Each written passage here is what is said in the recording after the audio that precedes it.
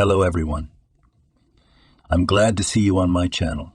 The story I'm going to tell you today is pure. It is true that all the bad things that happen in life happen for a reason. It is said that we can appreciate the good things, the things when they happen to us. I hope you enjoy this story. I wish you a pleasant viewing experience. In the lobby of the oncology center, people crowded in and tried to peer through the doors. They were arguing about who was queuing for who. There were elderly and very young people, both expensively dressed and quite plain. They were all united by a terrible grief. A dangerous illness had struck. Once again, a nurse came out and tried to calm the patients. "Citizens, please don't shout. Please don't pull the doors. You are disturbing the doctor's reception. And then we have a hospital, not a polyclinic. Observe the rules of stay." There were questions from the crowd. "Tell me, what time does Mrs. Miranda have until? What if she can't see everyone? We're traveling from far away and we've called in advance. My wife's in a bad way. She can barely sit up. Maybe the doctor will take us out of the queue." The other patients were buzzing at the same time. "Well, I've been here since morning and I don't feel well either. You're not the only one." The nurse replied peacefully. "My dears, don't fight. Don't waste your energy. I understand that it's hard for all of you, but you should also understand that there are many of you and only one doctor. Don't worry, Mrs. Miranda is a golden person and will definitely accept and help you all. You just have to have faith. Be patient, sit quietly." At that time, another patient came out of the room, and the long-awaited sound was heard. "Linda, call the next one, please. Let him pass." 12 o'clock flew by like a second, and the timer on Mrs. Miranda's arm rang. She jumped up. "Linda, why don't you say something? I've got a meeting in 10 minutes. God, I can't keep up with everything." The nurse stared at the thin, petite woman in shock. "Mrs. Miranda, you can't be like this. You haven't had a crumb in your mouth since this morning. All you care about is your patients. You'll ruin yourself. Why don't you have a minute's rest? I'll make you some tea and sandwiches.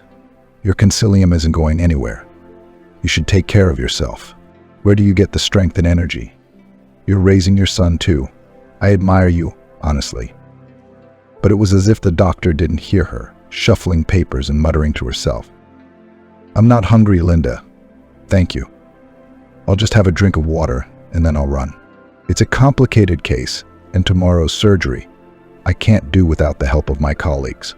I think I've found a solution to our patient's illness, but we need to consult, so you can't miss a consultation. A man's life depends on it. While I'm gone, you make me a list for tomorrow like you do and remind me to call Dennis in 2 hours." Such a whirlwind of events was every day: complex operations, difficult cases, incurable diagnoses. But Mrs. Miranda, a young and ambitious oncology surgeon, was completely absorbed in her work. She was living it, giving of herself without a trace. Until a year ago, she and her husband William had worked together at the hospital. Together they made important decisions and supported each other, raised their son together, and were considered a model couple in the department. The couple met at university, in the same group of students. At first, she did not like this tall, blonde young man with a hedgehog on his head and puffed-out ears. He liked to sarcasm and make silly jokes, especially in her address. But she was the best on the course. In practice, was never afraid, bravely performed all the manipulations. But the guy all joked that, say, a female surgeon, it's like a guinea pig, and not a woman, and not a surgeon. They say that this is an exclusively male profession. Emotional ladies do not belong here. This hurt Mrs. Miranda so much that she decided to overtake him in everything and prove that she will become the best doctor. Almost until the last year, they competed and openly disliked each other. Without collusion, went to undergo an internship in a heavy department. There you had to make decisions lightning fast, be brave and decisive, not afraid of responsibility.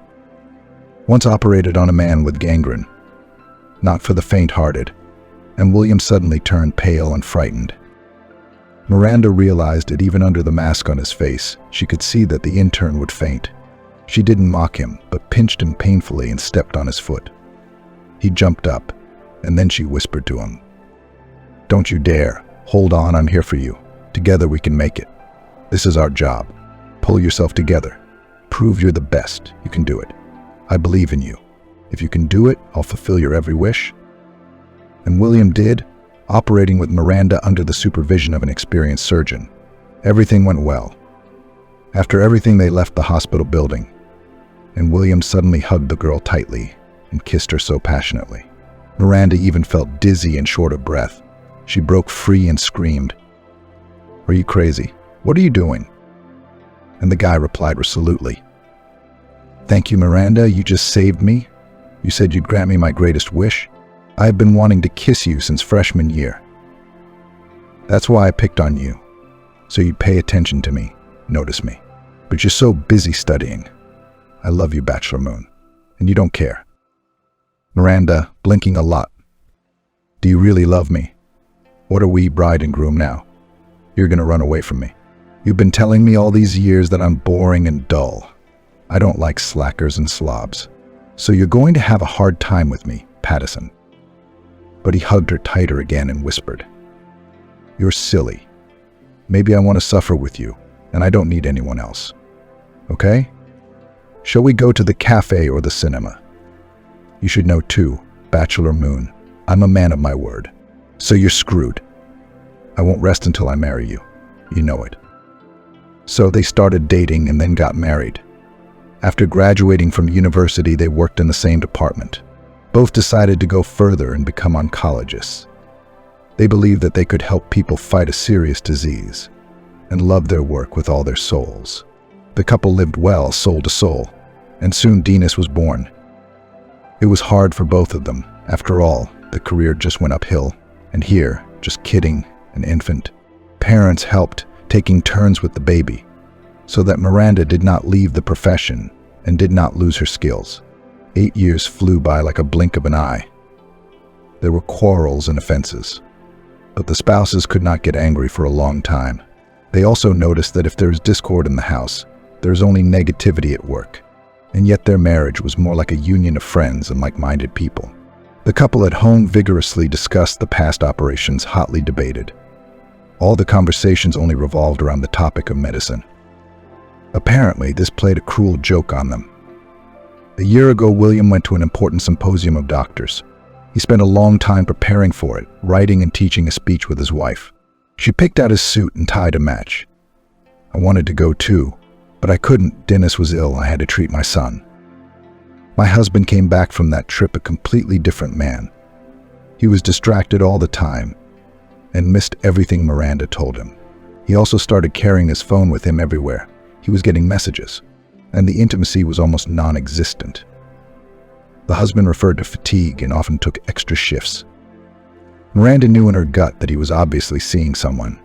She even tried to talk to him frankly, but he only got nervous. "Sweetheart, what fly has bitten you?" he said in a broken voice. "I don't have anyone, but if you keep driving me like this, I'm sure you will. Stop being hysterical. I'm sick of it. I'm also sick of this dog's work for pennies and living from paycheck to paycheck. We can't even buy a decent car. We've only been to the sea a few times, and that in an economy class hotel. Dinas is a snotty mess, nothing but problems and no light. I just want to give it all up," he blurted out, and then he stopped talking. "What are you talking about? We've been together for so many years. You want to leave me and my son. So you're fed up with us. What's wrong with your profession? You're a surgeon yourself, doing what you love, giving people their lives back. Is money the only happiness?" William waved his hand. "Why are you twisting everything? You just don't see anything around you. You spend all day and night babysitting your patients. Hospital, home, all your life. But there's no use in explaining it to you. And let's get this conversation over with. I'm getting a headache." Miranda was crying, worried, realizing they had a serious crisis in their family, and she didn't know what to do, how to save the marriage. But a month later, disaster struck. The head doctor called her in and angrily said, "Mrs. Miranda, what's going on? Has your husband written a letter of resignation? Turns out he's moved to a private clinic." "I don't know anything." "Well, that's not very nice. You could have at least given me some advance notice. I have to find a replacement immediately." Surgeons are already catastrophically short of surgeons, and now this. The woman was stunned and sat back in her chair. She felt sick and embarrassed. "I'm sorry, Mr. Matthew, I really didn't know anything. It's the first I've heard from you. There must be some misunderstanding. I'll speak to William. He's probably just tired. He's been so angry and lost lately. See if you can get him to take a holiday. Let him get some rest." Miranda interrogated her husband at home. She was outraged beyond belief, thinking he'd come clean. But her husband only sighed and confirmed everything. Not only that, he was even more shocked. "Miranda, don't shout and listen to me carefully. You see, on that trip to the symposium, I met Ann Jones at the buffet. Her father runs a private clinic. After my presentation on advanced microsurgery for tumors, Mr. Craig Tucker himself offered me a job. The conditions are not comparable to a public hospital. All the equipment is state-of-the-art, and the salary is cosmos. How could I refuse? Yeah, I'm a coward and I didn't know how to tell you. So I kept silent until the last moment." Miranda, calm down. That's what it's all about. That's why you've been walking around like that all this time. Well, maybe it's for the best. We'll buy a car as you dreamed, and we'll go to the sea as a family. But how are we going to live in 2 cities? You there, and me and Dennis here. What kind of family is that? William fidgeted, hid his eyes, and then he said, "You've got it all wrong. We're not living together anymore. I'm in love with Anne. I'm having an affair with her. We're getting a divorce. Miranda, I've thought of everything. I'm going to leave you and Dennis the flat, and I'll help my son. But I'm begging you to let me go. You and I have been colleagues for a long time. Our love and passion are gone. It's all bland and boring. And Anne, she's different. Her life is not about medicine, and it's wonderful. I feel like I'm flying with her. I know I'm a jerk in your eyes, but I've already made up my mind, so no need for tears and hysterics. Let's just part ways peacefully, like civilized people." Miranda was shocked and very angry. She held back her tears, but just threw them away. "When did you fall in love with her? Or did you jump into bed right after the buffet? So it turns out, so say that you bought it for the money. It's not love. I'm not going to cry and cry in. Go wherever you want to go, but hurry up. You're no longer a man in my eyes, but a scoundrel. I'll never forgive you.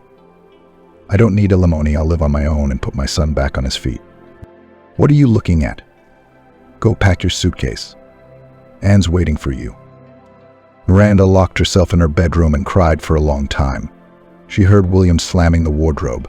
An hour later, the door slammed shut behind him for good. Denise missed his daddy very much. He kept asking when he would be back from his business trip, and Miranda swallowed her tears and did not know what to say to her little son and how to tell him that his own father had exchanged them for wealth and money. In time, things got better.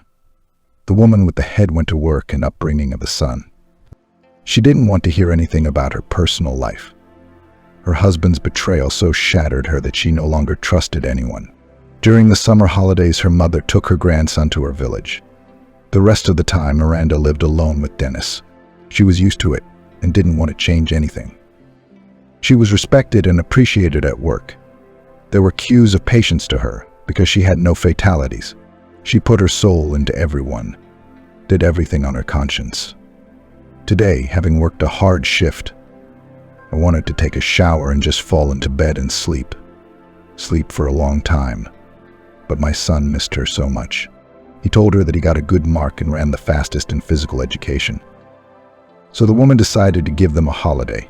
She poked her son on the nose and said cheerfully, "Listen, son, let's go to the shopping center. Let's go for a walk, you on the trampoline jump. In a children's cafe, we'll go to buy your favorite cake. It's time for a new pair of trainers. How's that?" The boy was very happy, and the evening went beautifully. The tiredness was gone. Mother and son laughed, ate ice cream, sweets, talked about everything. In the late evening, having put her son to bed, she stroked his hair for a long time, watched him sniffing and thought, "Here it is, my happiness, white-haired most dear little man, and we do not need anyone." And still she felt sad.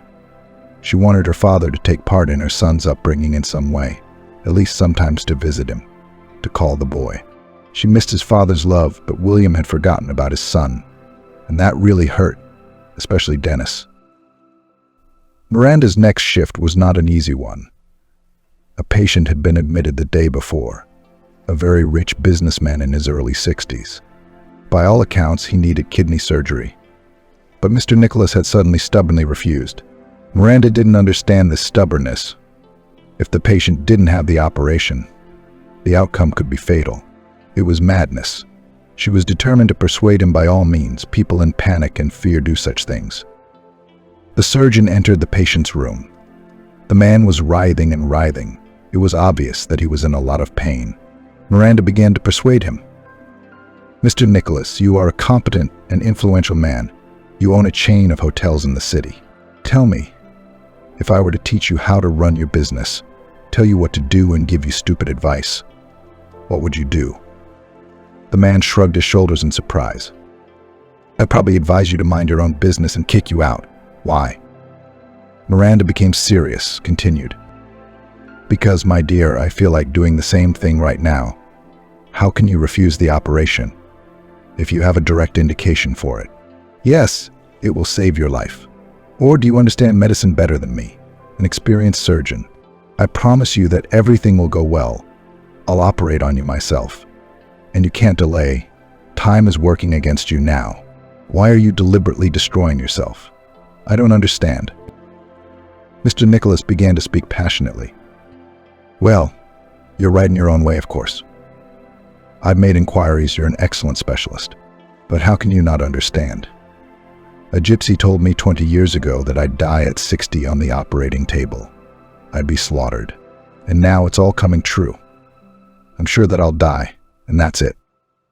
The doctor laughed. Well, what's all this nonsense and superstition? You may die, but certainly not today. Please, let's not waste precious time. I have rounds in 10 minutes. Your life depends on it, so make up your mind. Otherwise, alas, I can't help you. In your case, conservative treatment won't work. The patient hesitated, then suddenly blurted out. All right, I agree. But on one condition, I will go under the knife if you fulfill just one of my wishes. Otherwise, I won't do it. Miranda sighed, looked at her watch. Time was running out, and decided for herself. Let him ask for what he wants. I'll go along with it. Life is more important, and then we'll figure it out. Like a small child, honestly. She replied. Well, what is your wish? But hurry up, please, I have to run. Mr. Nicholas became serious and said, Promise me that when my son comes to see me, you will become his wife for a month. He needs it now. The deal is very important, and to the partners of the family trust more. I've checked. The woman's eyes widened. Well, that's a bit much, I think. Apart from me, there are no other candidates in the whole city. The man was angry. There's no time to look. You are a woman of integrity, will not deceive, I trust you. So, do you agree? It's just a formality. You attend a couple of meetings and that's it. Miranda just blinked to herself. Maybe he's just panicking and talking rubbish. What wife for a month? What kind of nonsense is that? Well, if she was involved in the story, she had to play the game to the end, or he'll change his mind and die. The doctor hastily agreed, and Mr. Nicholas signed the consent for the operation. He began to be prepped, and Mrs. Miranda made her rounds and went off to get ready as well. Once again, she looked at the ultrasound and CT scan results, studied the history and all the tests. Yes, everything said that the surgery could not be avoided, which meant she was doing the right thing. For 4 long hours, Miranda fought for the patient's life. They were on time. The surgeon came out of the operating room exhausted to the limit, but satisfied with the result. An hour later, she went into the room to check on the businessman. He just started to come out of anesthesia and shouted loudly, James, it's all going to work out now. I found you a wife, be calm. I hope she'll love you too. You'll see, she's the best. Miranda shook her head. I realize it's just a hallucination, but apparently the idea of finding his son a fictitious wife had tormented the rich man for a long time, if he remembered it in his subconscious. The woman even got angry. Wood's son, he didn't come to see his father in the hospital, but now more than ever he needs the support of loved ones. It's interesting to see what kind of fruit it is. And a day later, she got a knock in the residence room. A young, pleasant man was stopping on the doorstep. He was holding a package and asked, "Excuse me, I'm looking for Dr. Miranda Moon. I'm here about patient Nicholas Pete in room 5. That's my father and I'm James, his son. The flight was canceled, so I was late." The doctor nodded her head, gesturing for me to sit down. "Good afternoon. I'm Miranda Moon, your father's doctor. The surgery was more than successful, but the recovery will be long, I warn you. So get your bearings right away. Your father will need supportive therapy and a strict diet, and close family. I've done everything I can." The man nodded and thanked me. "Thank you very much. You saved my dad's life. He'd had kidney problems for a long time, and now he has another disease. Tell me, will he get better? Will he be able to beat that disease? I'm so worried about him. He's decided to give up everything and go back to his homeland." She noticed the wedding ring on his ring finger. It made her uncomfortable, but she decided to ask.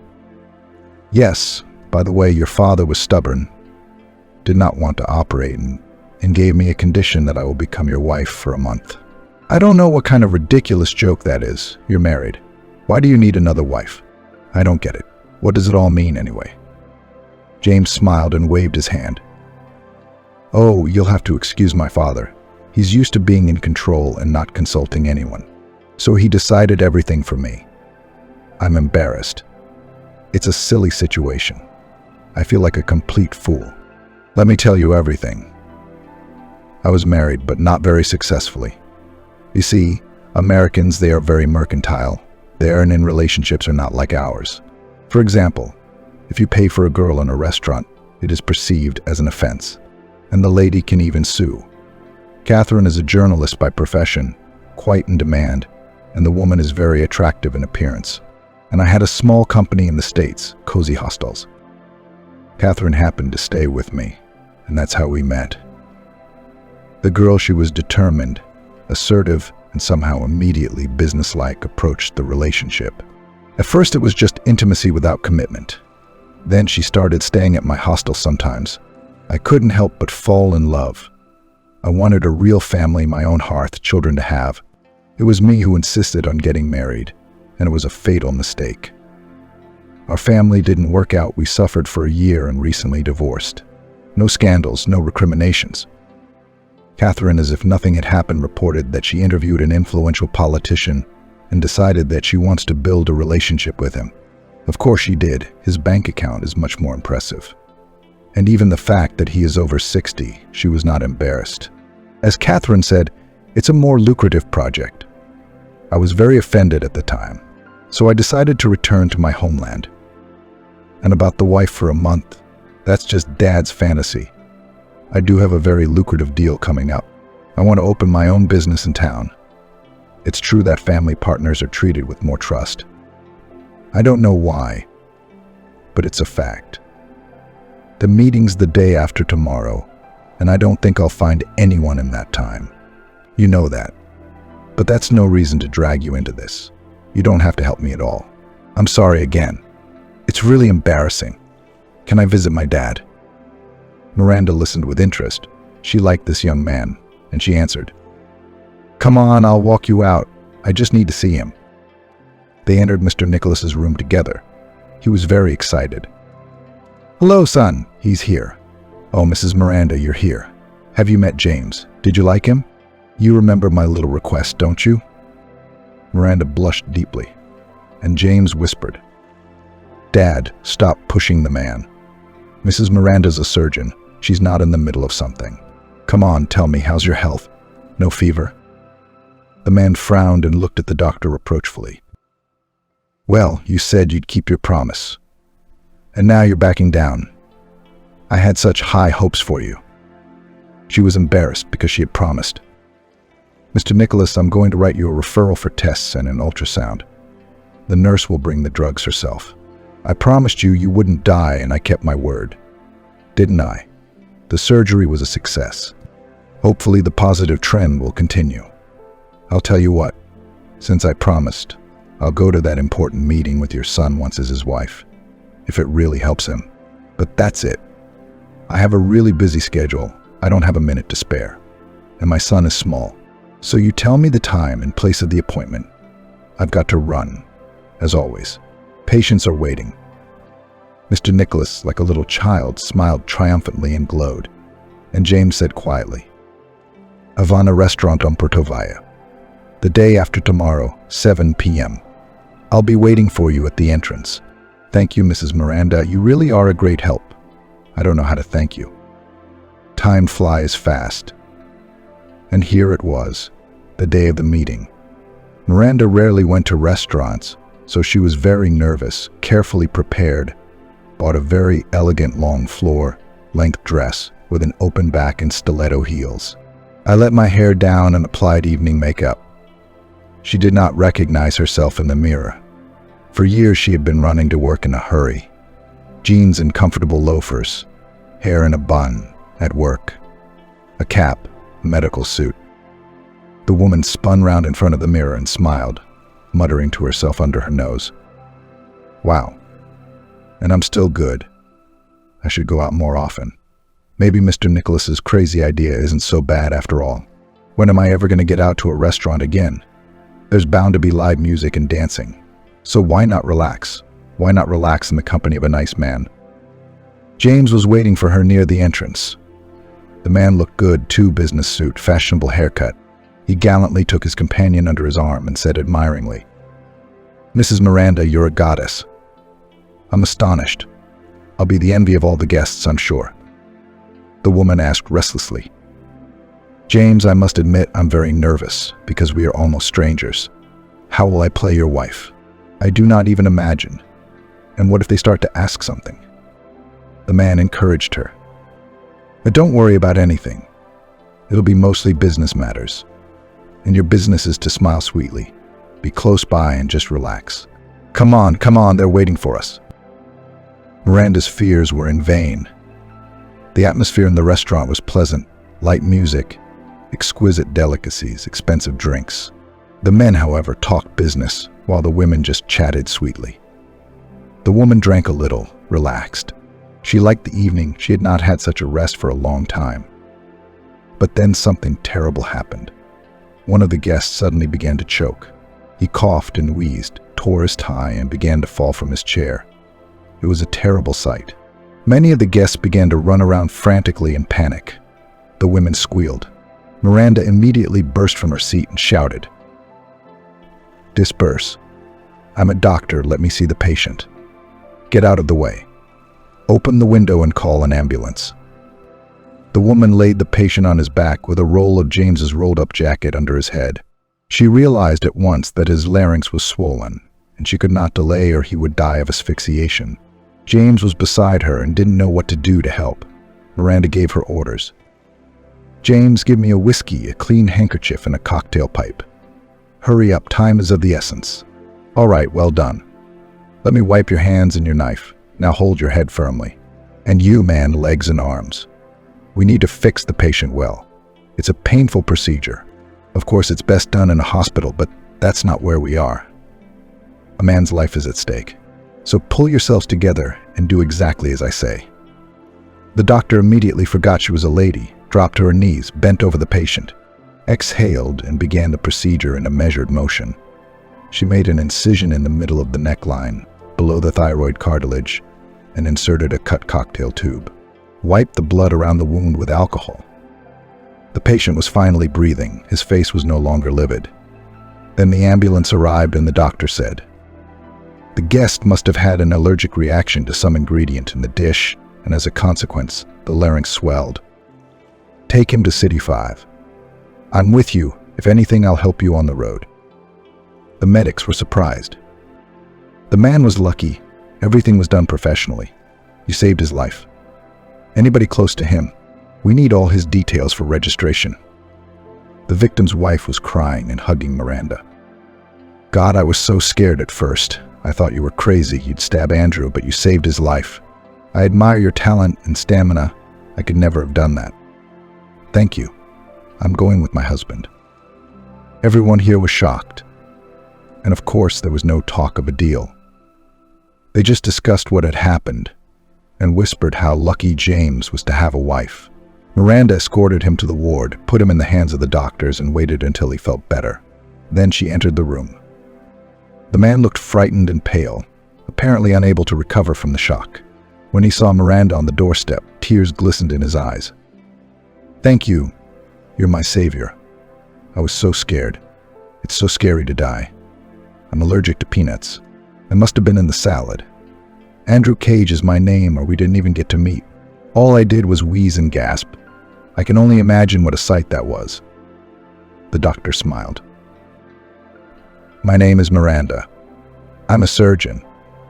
So you're a very lucky man, you might say. In the case of laryngeal oedema, a life can be cut short in seconds by suffocation. I have to admit, it was my first time doing this procedure too. I was very worried about complications. Thank God it didn't. I'm glad you're feeling better. Why didn't your wife wait for you? I thought she was in the ambulance with us." The man coughed but answered, "She's not my wife, my cousin's sister. I'm not married at all. I just persuaded her to come with me. You see, it's a businessman's custom at important meetings, and I'm single. Anyway, I didn't want to stand out. Aren't you James Pete's wife?" Miranda laughed. "Yes, I can see you're in a conspiracy. I'm not his wife, either. I was just saving his father's life. So I promised him I'd go with his son to an important meeting, because he asked me to. It was a stupid idea, to be honest. I don't know anyone there, but I really like the restaurant. I don't get to go out much in my job. Well, I've got to run. I have a little boy waiting at home. Feel better. Have a good day." Andrew suddenly called out to her, "Miranda, wait. When I'm better, why don't we go out to dinner again? Just the two of us. I mean, we know each other now. I promise I won't eat the walnut salad. Don't say no. I really like you. I'm fascinated by you." She smiled and replied, "I'll think about it. Goodbye." James was waiting for her at the hospital. He was shuffling from foot to foot, nervous and making excuses. "How's Andrew? He's such a nice bloke. Not like the others. I've been working with him for a long time. I'm confident in him. He sells furniture, and my father often buys everything he needs for hotels from him. I'm sorry about what happened. I just ruined your evening, and the deal fell through. Things got a little out of hand, but I'm willing to make it up to you, and I'd be happy to spend one more evening with you, not as a spouse, but because I like you so much." Miranda laughed. "What's the matter? I'm on the prowl tonight. One minute there's no one on the horizon, the next there are two suitors. You know, James, I promise I'll think about it, but not tonight. I'm stressed out and I'm dead tired. I want to go home to my son. Good thing tomorrow's a day off." James was quick to suggest it. "Well, get in the car. I'll drive you home in a jiffy. I'm such an arsehole. I really didn't think. You were risking your life, saving your life, and I'm just here with my date. Well then, let's at least exchange phone numbers, since we're still not man and wife. I'm joking, of course." From that day on, Mrs. Miranda's life as a serious doctor changed dramatically. The very next morning was the first surprise. She and Dennis had a good night's sleep, stayed in bed for a long time, and watched a funny children's fairy tale. And then the doorbell rang. Miranda frowned. "Who's there?" They wouldn't let her spend time with her son on her day off, so she went sleepily in her pajamas to open the door, slapping the floor with her bare feet. When she saw James with a bouquet of flowers on the doorstep, she gasped and froze, not knowing what to say. Curious Dennis came running in immediately, peering out from behind his mum's back. James winked and waved at him in greeting and started the conversation. "Hi, baby. Hello, Miranda. And I have something I'd like to propose to you. Why don't we go to an amusement park? I'd love to feel like a kid again and be friends with you guys. Would you like that? By the way, kid, my name is Uncle James. What's yours?" The boy happily held out his hand and answered, "I'm Dennis. Mummy, we're going to the park with Uncle, aren't we? I want to go on the Ferris wheel.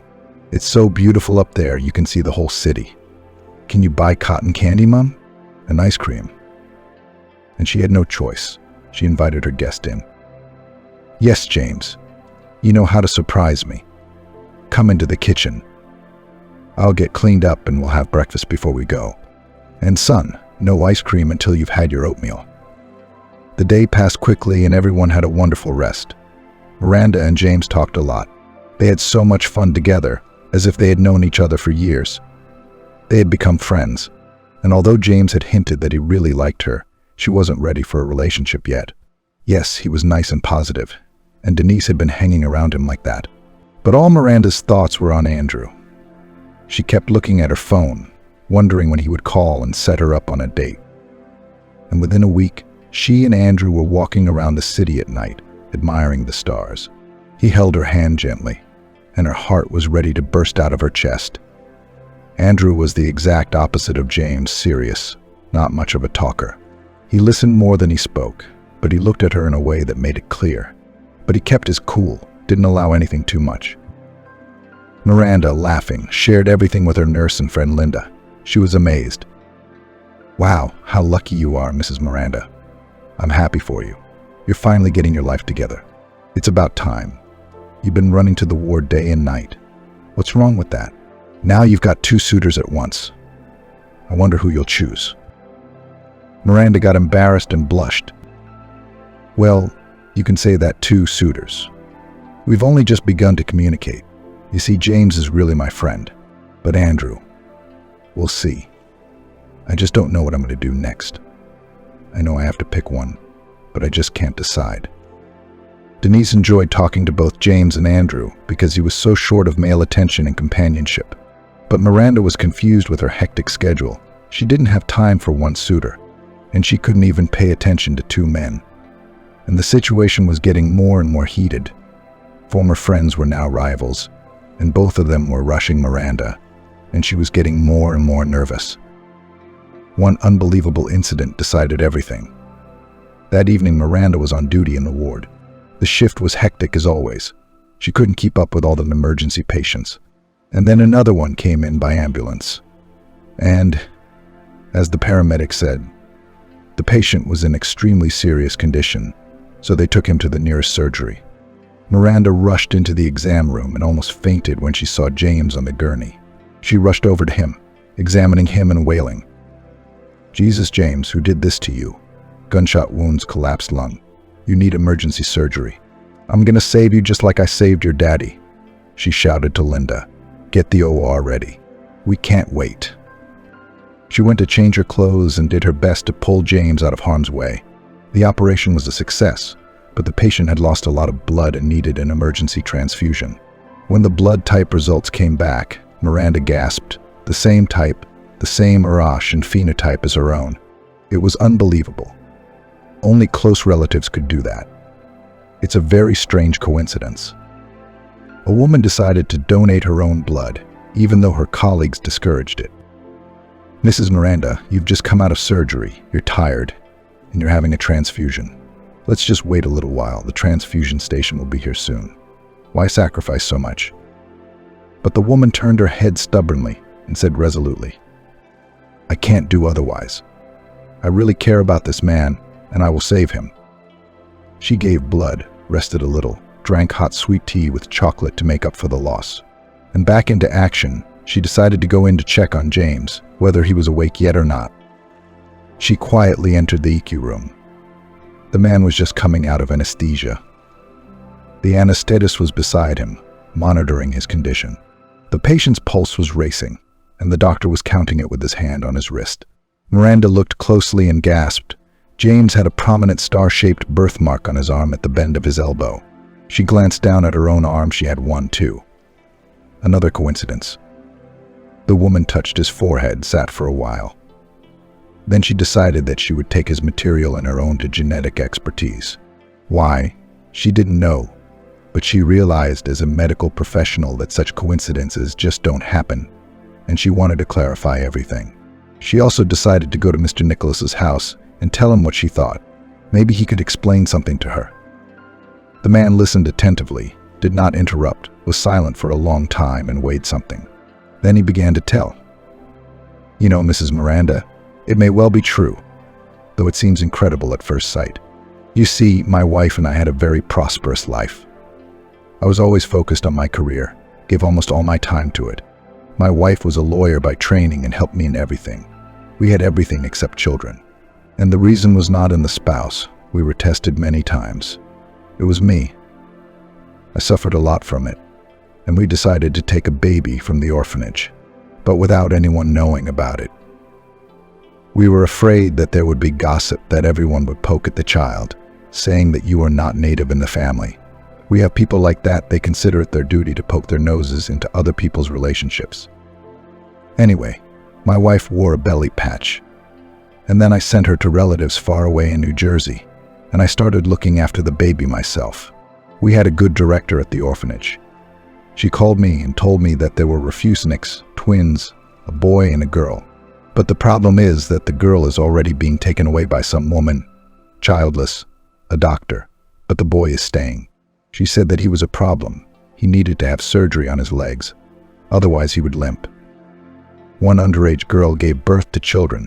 She was the daughter of an important party figure, and such things sometimes happened. The latter also wanted to hide the shame, so he made her give up her children, and everything was hushed up, as if she hadn't given birth at all. Anyway, it was good for everyone. So I made up my mind. I called my wife, told her everything. She cried and begged me to take my little boy, and that's how we got James. No one even realized anything.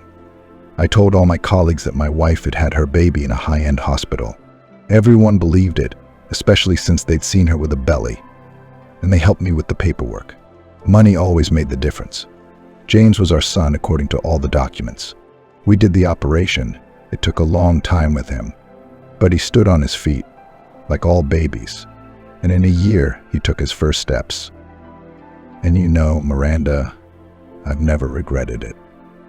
My late wife and I loved and nurtured our son with all our hearts, and he was so drawn to us. Children are the meaning of our lives. Without them, there's no desire to achieve anything, no one to try for. But James, of course, doesn't know about any of this until now, and I don't know how he'll take the news. Miranda was shocked. She shook her head. What about me? What about me? I'm not my mom's mate. No, it can't be. I don't believe it. She's always loved me so much. I even look like her, honestly. Maybe I've made a mistake. Maybe I'm not your James's sister at all. I'm going to go mad, but I'm not going to bother Mom until I get the results back. But the results shocked everyone. It was true. She and James were brother and sister, and twins. Miranda took the day off work, her son, and rushed to the suburbs to see her mom. She had to know the truth. Right now, right away. The woman was overjoyed with her grandson, hugging and kissing him. Soon Dennis's friends came running over and he went for a walk, and mother and daughter sat in the bedroom and began to talk. Miranda didn't know how to say anything at all, to ask, her tongue wouldn't turn. And then she silently handed her mother the results of the examination and quietly said, "Mom, this man and I are brother and sister. Can you explain that? It all came out by accident when I decided to save him and become a donor. And then I noticed a mole like mine near my elbow. Tell me, is it true? I can't believe I'm a stranger to you. I can't even imagine such a wild thought." Mrs. Torrey sighed and answered honestly, "Yes, daughter, it's true. You have a sibling somewhere. But don't you ever say that again, that you're a stranger to me, do you hear? It hurts me to hear it. You're my dearest and most favorite girl in the world. I've probably loved and cherished you 100 times more than I love my own children. Don't you understand? I've dreamed of having children for years. My husband left me because of this. He called me a dummy, saying that I was not a woman, but just an incomprehensible thing. I cried so much I suffered. I had never had an abortion or anything like that. I didn't even have any special health problems. But God didn't give me children, that's all. I worked my whole life as a nurse in a maternity hospital so I could spend time with infants. But you should know how hard it is to take someone's happiness in your arms and know that you'll never have it. And then the story happened when I was desperate to be a mom myself. Everything was conducted in the strictest secrecy. At night, these party bigwigs brought in this girl, just a baby. She was crying in a childish way, holding her huge belly, and was afraid of labor. She kept asking if she was going to die. An old midwife delivered the baby. They also agreed with her not to say too much. The babies were born a little early. The girl was stronger, and the boy was very weak. His leg was twisted. That young mom never got to see her kids. But she's not a bitch. No, it's just her parents scared her off. I heard her father come into her room and whisper to her, "Don't cry and listen. Forget about those kids. They'll be well taken care of. I have arranged everything. And you listen and remember. You were away from the university for a long time because you were ill, treated in a sanatorium. You had severe asthma. I'll organize a certificate. I've also agreed to retake all the exams, and you'll go on living like everyone else. I don't even think about your Tolik. I've sent him to the army and be glad he's not in prison, and he won't be back from there for a long time. You don't need him, understand? You'll have a worthy fiancé. You'll seal your fate with him. Why are you staring at me and not saying anything? A disgrace to the family. Where have you seen this? You don't know who you're jumping into bed with at 16. You'll thank me later for saving you from this burden. Do you understand?" The girl just cried and nodded. She was very frightened, as she had never dared to contradict her father. On the second day, she was taken home at night. That's the whole story. I don't know her surname. We didn't register her. We weren't allowed to. I think her name was Cynthia. That's what I remember. And I immediately latched onto this chance, fell at the feet of our headmistress, and began to beg to give me the girl. I went to meet, because all participants in this dark story was favorable, that the children did not get to the orphanage or baby house. In general, I had to sell my cottage to get all your documents straightened out as they should be. I went on maternity leave and was the happiest, honestly. At first, neighbors and acquaintances squinted at me and kept asking, "Where did you get the baby? We've never seen you pregnant." But I assured everyone that I just had a small weight, so the belly was not visible. And you look just like me, with your blonde hair and blue eyes. You even have dimples on your chin like me. So we stopped talking. It's a secret. I've never told anyone. The midwife who delivered the baby died a long time ago. The head of the department got a promotion and moved to another town. But I kept my mouth shut.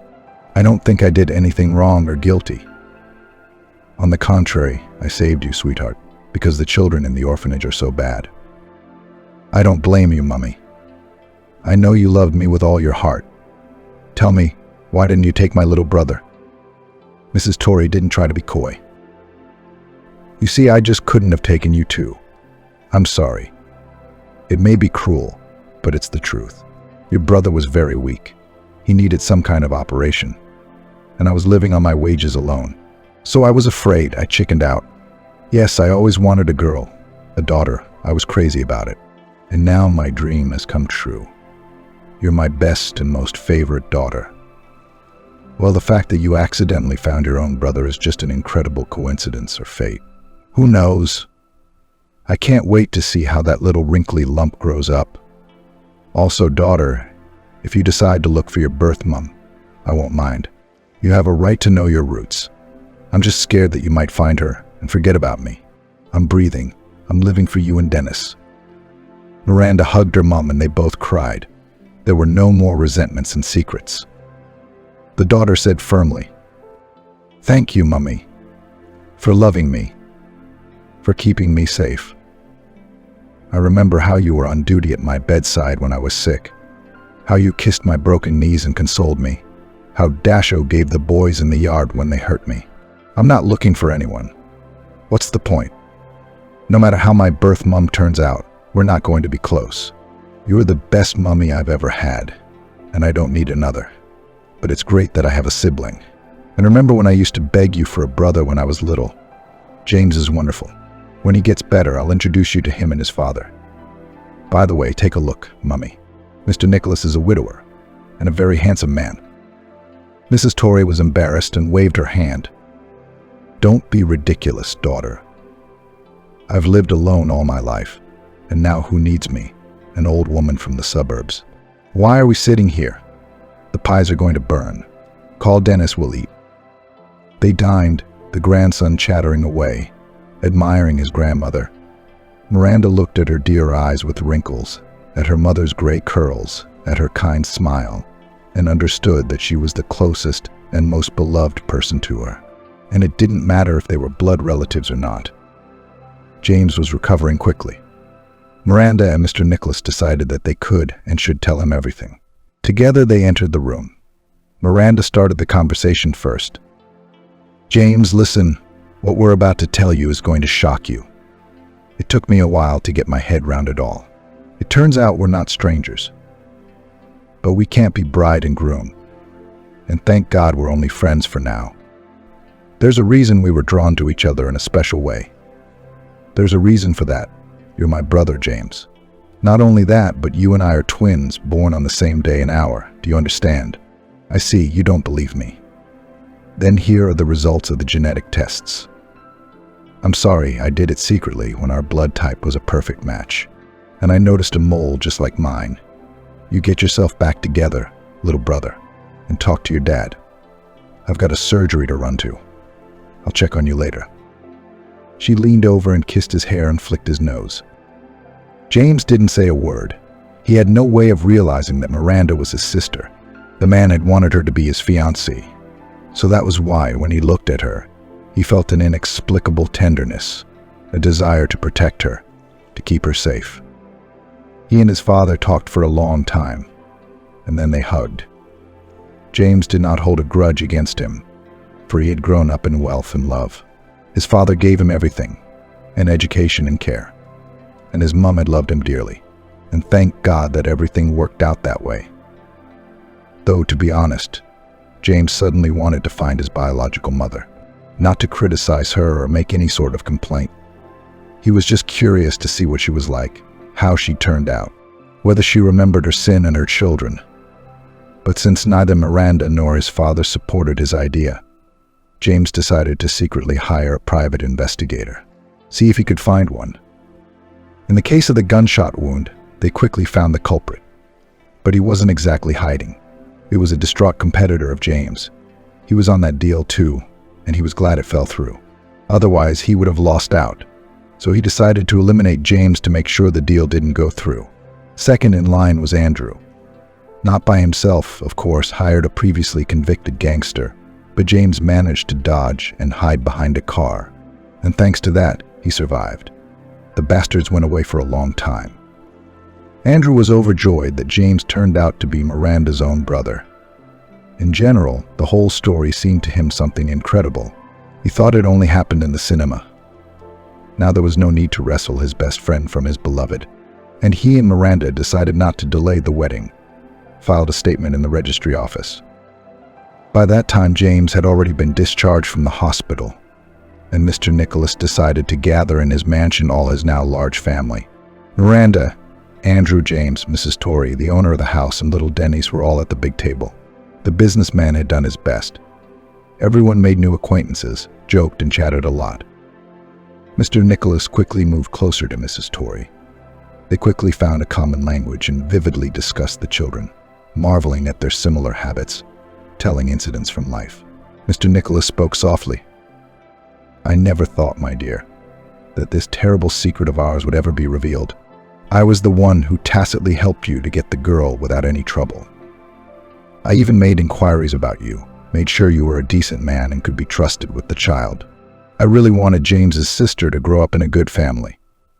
Of course, it wasn't right to separate them. It wasn't right. But in that situation, it was the best thing to do. I don't think the children would have been better off in an orphanage. So you and me, Mrs. Torrey, we're family now. Closest thing in the world. You've brought up some wonderful people. I've often wondered what happened to that girl's mum when she was young. She was a child then. She was forced to give up her children, and she herself was not ready for motherhood. And times were different back then too. She would have been stigmatized. That's for sure. And yet I wonder if years later she still regrets what happened. Maybe she'd like to see her children too." And then the doorbell rang. The very private detective James had hired appeared on the doorstep. He took one look and said loudly, "Mr. James, can I talk to you for a few minutes? I have some information on your matter. I think we'll discuss it outside." But the man, on the contrary, invited him to the table and replied, I have no secrets from my family, so tell us. I think it will be interesting for everyone." Miranda stared at the detective with bated breath. There was a dead silence at the table. The detective took a laptop out of his bag, opened it, switched it on, and began to explain. "I won't deny that it was very difficult to find out anything about those births many years ago, and even more so with the surname. But nothing is impossible for us. And we found out that the young mum in question was one Cynthia Macker. Well, you all know her very well. She's a famous translator, lives abroad now, has a family, 2 children. Her husband worked at the embassy all his life. On the screen appeared a very well-groomed, even for her age, a prominent blonde with an excellent figure and a kind, open smile. The furnishings in the house were also posh. Behind her back were glass loggias with the most beautiful copper flowers. The woman was very nervous, but spoke in clear English. "Hello, my name is Cynthia Macker, and I want to tell you how things really were. It was a different time. My dad was a party member, high-ranking. My mum was a dean at the university. You know, respectable people in town. I grew up in prosperity. There was no denial of anything. There were imported things in short supply, and delicacies were available. After school, I went to university, studying to be a translator. Then, in my first year, I met my first and greatest love, Tom. I was accosted in the street in the evening by a thug, and he defended me. Anyway, we had an affair. I fell madly in love with him, and so did he. But Tom himself is from a dysfunctional family. No father, mother drinks. Anyway, he wasn't a promising fiancé, although he was a very nice guy. He worked in construction, didn't drink, didn't smoke. It so happened that I got pregnant. When my father found out, he went ballistic. It was an unheard of disgrace. He'd be thrown out of the party. Tom would be locked up and I'd be stigmatized. Anyway, it was all decided for me at home. I was locked up at home, not allowed to go anywhere until I gave birth. They brought me to some hospital at night, and I gave birth to twins, a boy and a girl. To be honest, I was even glad that everything ended that way. I was still a child myself. I didn't want to wash nappies instead of a prestigious university. My father arranged everything. I went on with my studies. Then they found me affianced. Edward and I got married and went to live in America. I was lucky. I had 2 more children in my marriage, Erica and Kelly. I am content with my life, happily married. And yes, now many years later, I can thank my father for acting so harshly towards me back then. My sweet daughter and son, I know you're watching me. I'm sorry if you can. For your foul-mouthed mother. Forgive me, but I am not ready to tell my family about my shame and call you to visit me. Be happy and don't hold a grudge." Tears rolled down Miranda's and James's cheeks. They hugged their parents and realized that there were no people closer, and the woman who had given them life was a complete stranger to them. Many years have passed since then. Miranda was happy with Andrew. They had a daughter, Katie. The doctor introduced her brother to her nurse and friend Linda, and they too formed a relationship. The families were now friends, often visiting each other. But most importantly, the brother and sister became more reverent towards their parents, taking care of them, understanding that it was Mr. Nicholas and Mrs. Torrey who deserved to be called Dad and Mum. After all, they had devoted their whole lives to their children.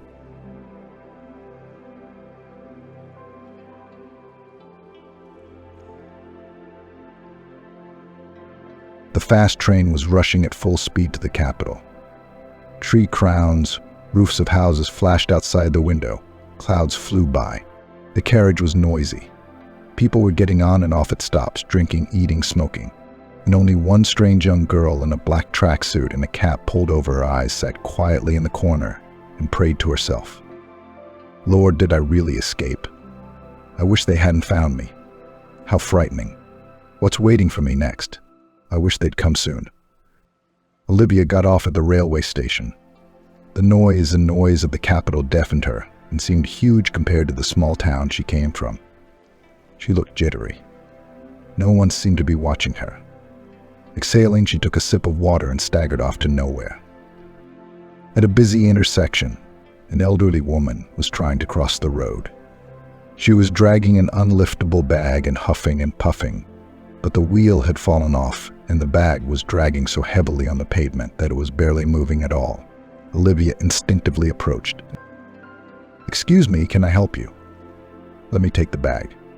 Come on while it's green." The girl helped the elderly woman cross the road, and they both sat down on a bench at the bus stop. The woman began to thank Olivia. "Oh, my daughter, thank you for helping me. I sell all sorts of things near the metro. I sell old books, some things. My pension is penniless. I don't even have enough for medicine. And you're a newcomer, aren't you? You've decided to look for a prince in the capital too? You fly like moths to a flame, but not many people are lucky enough. By the way, my name is Mrs. Vanessa. What's yours?" The girl sighed. "I'm Olivia. And I'm not looking for anyone. I've already been burned. Enough misfortunes are following me around. It's a long story. I have to start a new life somehow, but my pocket is empty. I'll look for some work. There's nowhere to live either. Well, that's my problem. You don't need them. I'm off, goodbye. Or maybe you want me to help you carry your bag home. Or what are you going to do?" Mrs. Vanessa took a hard look at the stranger and agreed. "Oh, I wouldn't say no if you're in no hurry, and then we'll see how it goes." The girl helped her grandmother to the house. It was a small but strong house near the railway station. Old furniture, dust everywhere, a little neglected. It was obvious that the old woman didn't have the energy to clean it. Olivia stomped into the hallway and was about to leave, but Mrs. Vanessa stopped her. "Go and get some water, Olivia. There's a well in the yard. We'll have tea. I've bought some lambs. We can talk about life. I'm so bored here alone. Besides, you said yourself you had nowhere to go." Olivia was taken aback. "Yes, right away, Mrs. Vanessa. Aren't you afraid to let a stranger in the house? You don't know me at all. What if I'm a thief or a con artist?" Granny grinned and replied, "Oh, my dear, why should I be afraid? You see, I don't live poorly. There's nothing to steal from me. And besides, I've worked with minors all my life. I know people better than any psychologist. And I look at you and I see that you're not happy. You look lost. And I'd carry an old woman's bag all the way across town if I thought it was for profit. And that's just it. So go on, get some water, we'll have tea." During the tea, Olivia did not notice how she began to pour her heart out to this complete stranger. "I've been unlucky since birth, that's what I think. I lived in a small town, 100 kilometers from here. My mom worked as a postman. The wages were small, and we could barely make ends meet. But she loved me so much. She always took pity on me, doted on me. I don't know anything about my father, so Mom avoided the subject. When I was little, she told me stories about a scout or a pilot, and then I stopped asking. And when I was 10, my stepfather came to our house, Uncle William. What did my mom see in him? I still don't understand. He was an arrogant hog and a bore. He didn't like me right away. At first he just ignored me. Then he started bossing me around and shouting at me. He could give me a slap, and he liked to drink. And when he got drunk, Mom and I had no life at all. He always reproached my mother that she should bow at his feet, since he took her with a trailer. Mom wasn't happy herself. She tried to kick him out. But it was like in the fairy tale about the fox, who settled in the hare's hut and threw him out. It got worse. My stepdad started to get handsy. I hid under the bed, crying from such an unbearable life. Mummy was sick. She was getting thin, as if this monster was pulling her strength out of her. And when I was 15, my mom died of a serious illness. You know what it was like for me to stay with my stepdad. I spent the night at a friend's house. I didn't come home until nightfall, just to avoid those evil eyes. I barely made it to adulthood. That's when I met this bloke, Samuel. He used to come round and buy us all a lot of drinks. So before I knew it, I was in love. He was 5 years older than me. He seemed like a hero, courageous, not afraid of anything. But my stepdad went off the rails, started drinking heavily. And one day he burnt down our house after falling asleep drunk with a cigarette. So I was homeless. Samuel helped me, got me a flat, and we started living as a family. I was so happy, and I got pregnant. We even applied for a marriage license. Samuel loved me.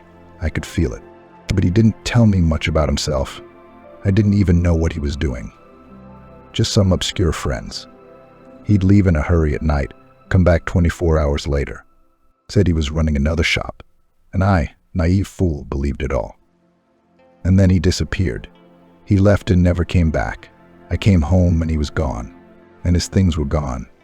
No note, nothing. Phone switched off too. An hour later, 2 big foreheads came into my flat. They shook me like a pear, demanded I pay them back. Turns out Samuel had taken out some loans and hadn't been paying, and he'd been gambling in an underground casino. I cried, said I didn't know where he was. But they just said, if Samuel's not here, you'll pay us back, we'll put you on the meter. Look for the money wherever you want, and if you don't, we'll bury you alive. Believe me, they weren't kidding. I was so scared. I packed my bag and ran to the railway station. I took a ticket for the first train and went. All the way there, I prayed those thugs wouldn't track me down. That's the whole story. How to live and what to do. I can't imagine. Pregnant fool with no money, no place to live. And practically on your head too. But don't worry, Mrs. Vanessa. I have a conscience. I'll leave now.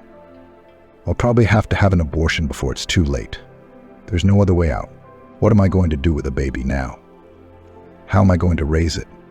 My problems are none of your business. I'm sorry for following you like a stray dog. The old woman shook her head and sipped hot tea from a saucer. She was silent for a long time, and then she said quietly, "Now, Olivia, don't get hot and heavy-handed. You've had a lot of grief, of course. You wouldn't wish it on an enemy. Stay with me for the time being. You don't need any money for accommodation. But if you'll help me with chores, I'll be glad. I can't bear to clean the windows or the floors myself. And it's more fun together. It's not so lonely.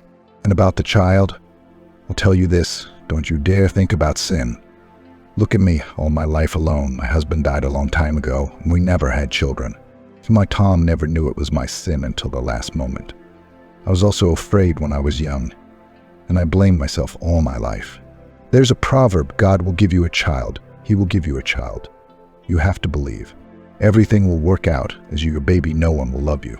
You'll thank me later." Olivia was immensely grateful to this kind, sympathetic woman who took her in and let her live with her. She was not lazy, kept the house clean, washed the curtains, cooked every day. They lived amicably, as if they were relatives. So Mrs. Vanessa willingly shared details of her life. She too had been through a lot. She said that her first love was so strong that she lost her head, but it didn't work out, and also often boasted that somewhere there's a family antique jewelry, even pre-revolutionary times, left by her ancestors. But Olivia didn't take that story seriously. She thought she was an elderly person, so maybe she misspoke or got something mixed up in her old age. Pregnancy was difficult, toxicosis, and she was dizzy all the time. And Olivia was afraid to go to the hospital. She had neither a propiska nor registration.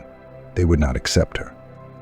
In order not to be left without money, the girl got a job handing out leaflets near the metro.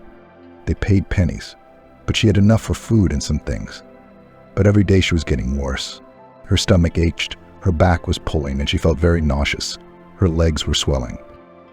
So one day Olivia was very cold, the weather with a terrible snow and rain, wind, and she couldn't stand it. She fainted in the street. Olivia woke up in the hospital. She was lying under a drip, remembered absolutely nothing. Her whole body was aching. She wanted to turn round somehow. She wrinkled her nose and tried to change positions. And then a woman, a neighbor in the ward, cheerfully exclaimed, "You're finally awake, poor thing. I'll get the doctor. Mr. Peter Schull is on duty today. He's been coming round a lot." A pleasant, middle-aged obstetrician-gynecologist with a funny hat and thick-lensed glasses entered the room. He sat down in the chair next to Olivia's bed and started asking questions. "Hello, my name is Mr. Peter Schull. I'm your attending physician. I have a lot of questions for you. So, what's your name? How old are you? Where's your chart and what hospital are you registered with? I have absolutely no information." That's the first time I've ever seen anything like that. The girl looked up and hesitated to answer. "My name is Olivia Smith. I'm 19. I'm new to your town. I haven't had a chance to register yet. I'm sorry, can you tell me what's wrong with me and the baby? All I remember is that I felt very sick and my head was spinning." The doctor took his head, fixed his glasses, frowned, and began to reprimand the patient. God, what irresponsibility. Term 16 weeks, and you are still not registered. This is unheard of. How can you be so negligent about your health? Your urine protein is off the charts, sweetheart. That means you have an infectious kidney disease. It's very dangerous in your condition. You've probably had weakness, nausea, lower back pain. So what took you so long? They're young people. Well, you're going to need serious treatment, and we'll choose the drugs carefully so as not to harm you. I'll write you a prescription. Is someone coming to see you? Do you have someone to get the drugs you need? Plus you're anemic. That needs to be treated too. Why are you looking at me so weird? But can you hear what I'm saying to you? You'll be out of eyes in a minute, and you'll go for an ultrasound. I'll tell the nurse to escort you. Olivia sobbed childishly, her lips quivering. No one's coming to see me. I don't have anyone. A kind grandmother let me stay with her, but she's not even related to me. Don't scold me, please. I'll leave so I don't have to take up space. I've got nothing to treat me anyway. Mr. Schull looked at this poor, frightened child, who was still a child, and suddenly something in his soul turned upside down. All strictness evaporated, and he wanted to hug the poor thing and feel sorry for it. The doctor changed his tone, carefully took her thin, cold palm in his, and said decisively, "I'm the one who apologizes. I jumped in without realizing. But I won't let you go. You're in a really dangerous condition, and you'll be lost on the street. Anyway, why don't you go to the ultrasound and I'll come back later?" Olivia was taken to the ultrasound, and it wasn't all smooth sailing. The girl got upset, lay down on the bed, and cried bitterly, burying herself in the sterile hospital pillow. Her full ward mate, Zoe, of course, heard everything. She too felt sorry for this young, confused girl. She sat down beside her, stroked her skinny shoulder, and said, "Don't cry, it's not good for you. The baby already feels everything, and it makes him feel bad. Take an apple, it's chemical-free, from my garden, and have a sandwich. I've got bags of food from home anyway. I've got nowhere to put it. You'll see Mr. Peter Schull will think of something. He's a golden man. I'm having my third baby with him. He'll fix you, don't worry. You just have to trust him, listen to him, and follow his advice. He looks so strict, but he's very good and kind." Olivia wiped away her tears, thanked Zoe, and ate an apple and a sandwich with sausage, butter, and cheese. The women talked, and an hour later Mr. Peter Schull came back into the room. He brought a huge bag, began to put a pile of medicines on the bedside table, put on Olivia's bed a dressing gown and slippers, hygiene products, and other goodies. And he said sternly, "Okay, I think I've got everything.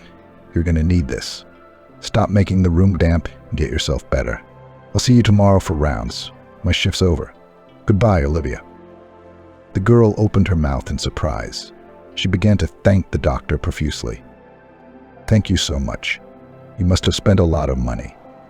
And I'm a complete stranger to you. I don't even know when I can give you the money, but I have some in my jacket pocket. I handed out flyers when I got sick." The stern doctor smiled. "Stop thanking me all the time. I do it out of the goodness of my heart. I can see you're in a difficult situation. No one is immune to it. We'll talk about gratitude later, when you're strong enough. Get some rest." Zoe winked at Olivia. "There you go, I told you, the golden man. And you were crying. He must have taken a shine to you. He cares about you like you're a relative. Such a specialist, and a man should be appreciated. He's worth his weight in gold." The hospital days dragged on. After a fortnight, her tests improved significantly. Olivia was no longer nauseous or in pain. She was about to be discharged, and the girl was sad again. The thing was, she'd grown so used to Mr. Peter Schull. He often came round to see her and encouraged her and cheered her up. Olivia felt safe around him. She felt so at peace. And now she would soon be discharged and would never see her idol again. But on discharge day, a miracle happened. Mr. Peter Schull came into the ward and asked Zoe to come out for a moment, and he began to talk. "Well, Olivia, your health is much better now. The rest of your medication can be taken at home in pill form. I'm discharging you, and I have something to offer you. I understand you have no one waiting for you and nowhere to go. I'd like to offer you a live-in job. I've got a mom who can't get up. She needs care, nothing complicated. Hygiene procedures and massages done by a visiting nurse. Your job is just to look after her during the day. Give her a cup, feed her, adjust her pillow. If there's anything wrong, you call me. You can see how busy I am. I'm always worried about her. I come home late. I'll feel more comfortable this way. You'll live in a small bedroom. I'll make all the arrangements. What do you think of the offer? Olivia wondered if she could do it, or she could be a carer. She had no experience, but she was so grateful to Mr. Peter Schull and so reluctant to leave him that she agreed. She didn't want to offend him by refusing. She said, "All right, I agree.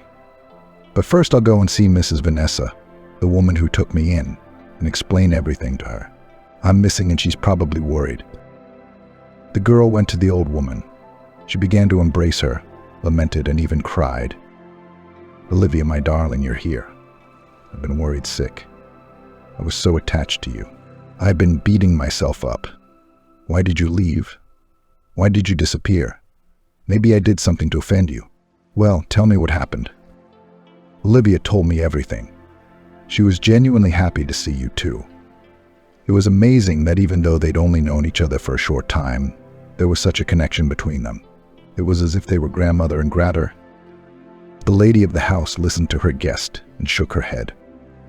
The doctor, of course, well done. So supported you and put you on your feet. You're right, he should be thanked. But caring for a bedridden man, not an easy job. You need patience and mercy. But you're kind, helpful, you can do it. I'm sorry you're leaving. I'll miss you. Olivia hugged the old woman and promised, "Thank you for understanding me. I'll visit you often. Don't worry, where would I be without you?" They hugged like family, and Olivia went to the doctor's house. From that moment on, it was like she was in another world. The house was oak, spacious and well built. The renovations were modern. Everything was in light colors. Olivia looked around admiringly. A girl who had grown up in poverty, such comfort was something incredible. Mr. Peter Schull had put her in a small but cozy room. He had thought of everything in detail, and they went into his mother's bedroom to get acquainted. A sad old woman was lying on a special bed for the seriously ill, leafing through a magazine. When she saw her son with a stranger, she frowned. "Sonny, who is that with you? And why is she here?" Peter replied seriously, "This is Olivia. She's going to live with us now and look after you. I'm at work 24 hours a day. It'll make me feel better. And don't be angry, please. Olivia's a very nice girl. She's just in a difficult situation." Then he turned to the girl. "Your mum's name is Mrs. Samantha. Breakfast must be oatmeal with milk. Lunch is to mum's taste. And don't forget to give her medicine. I'll tell you all about it. And keep her company so she doesn't get lonely. Can you do that?" Olivia nodded her head. "I'll do my best. I can clean the house if I have to. I'm a good cook. Don't worry, your mum will love it." Mr. Schull smiled. He liked this young, frightened girl more and more. She was a young creature, not yet living, and she had already suffered so much grief. Olivia got to work. The doctor was up at the crack of dawn, always exercising in the courtyard and dousing himself with ice water. She admired his willpower while she prepared a light breakfast for both the landlady and Mr. Peter Schull. It turned out that he was a very unpretentious eater. It's not hard to prepare a tasty meal when the fridge is full. But things didn't go well with Mrs. Samantha. From day one, she was dissatisfied with everything. The porridge was too thick, too runny, too hot. Olivia tried to get in touch with her, but nothing worked. The old woman kept trying to hurt her. "Honey, do you think I'm a sick old woman who doesn't know anything anymore? You're wrong. Well, I understood everything about you at once. You pretended to be a poor little lamb and got into Peter's confidence. So he took pity on you, brought you into the house. So you don't need to talk to me. What's there to talk to you about?" And when Mrs. Samantha realized Olivia was pregnant, she went ballistic. "No, it's unheard of. My son is out of his mind. Maybe you're going to put your baby on him too. What do you talk to him about in the evenings? I'll talk to my son today, and you'll be out of here." Mrs. Samantha really tried to press her son, but he was adamant, "Mum, yes, Olivia's pregnant." I'm the one who treated her in my severe pathology department. She's a wonderful person. She looks after you so well, and she cooks to perfection.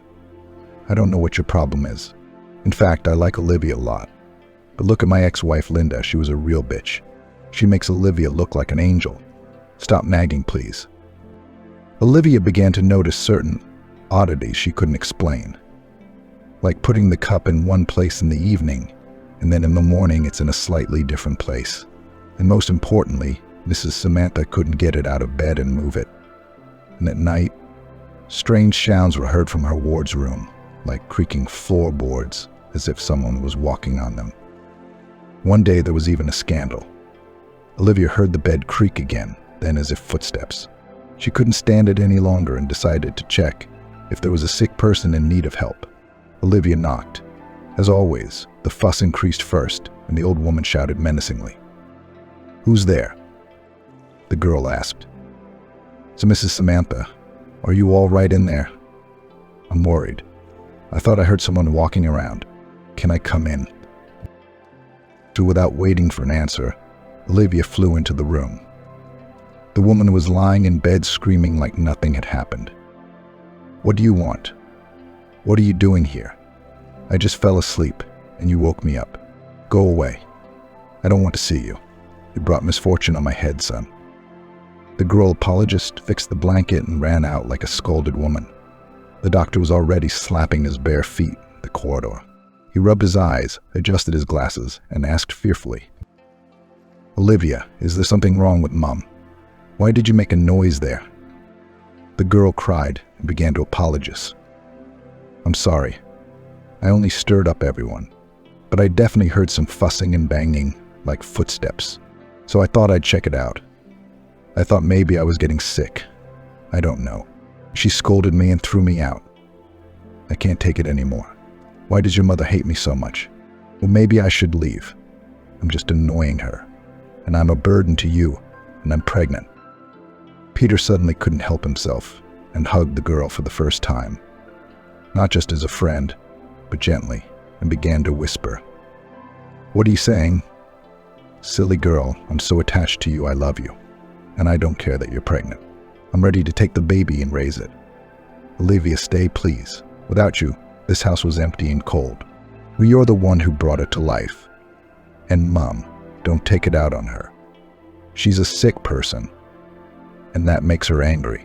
But think what it's like to lie there all day and night staring at the ceiling. I'll talk to her, I promise. Tell me, darling, do you like me even a little bit?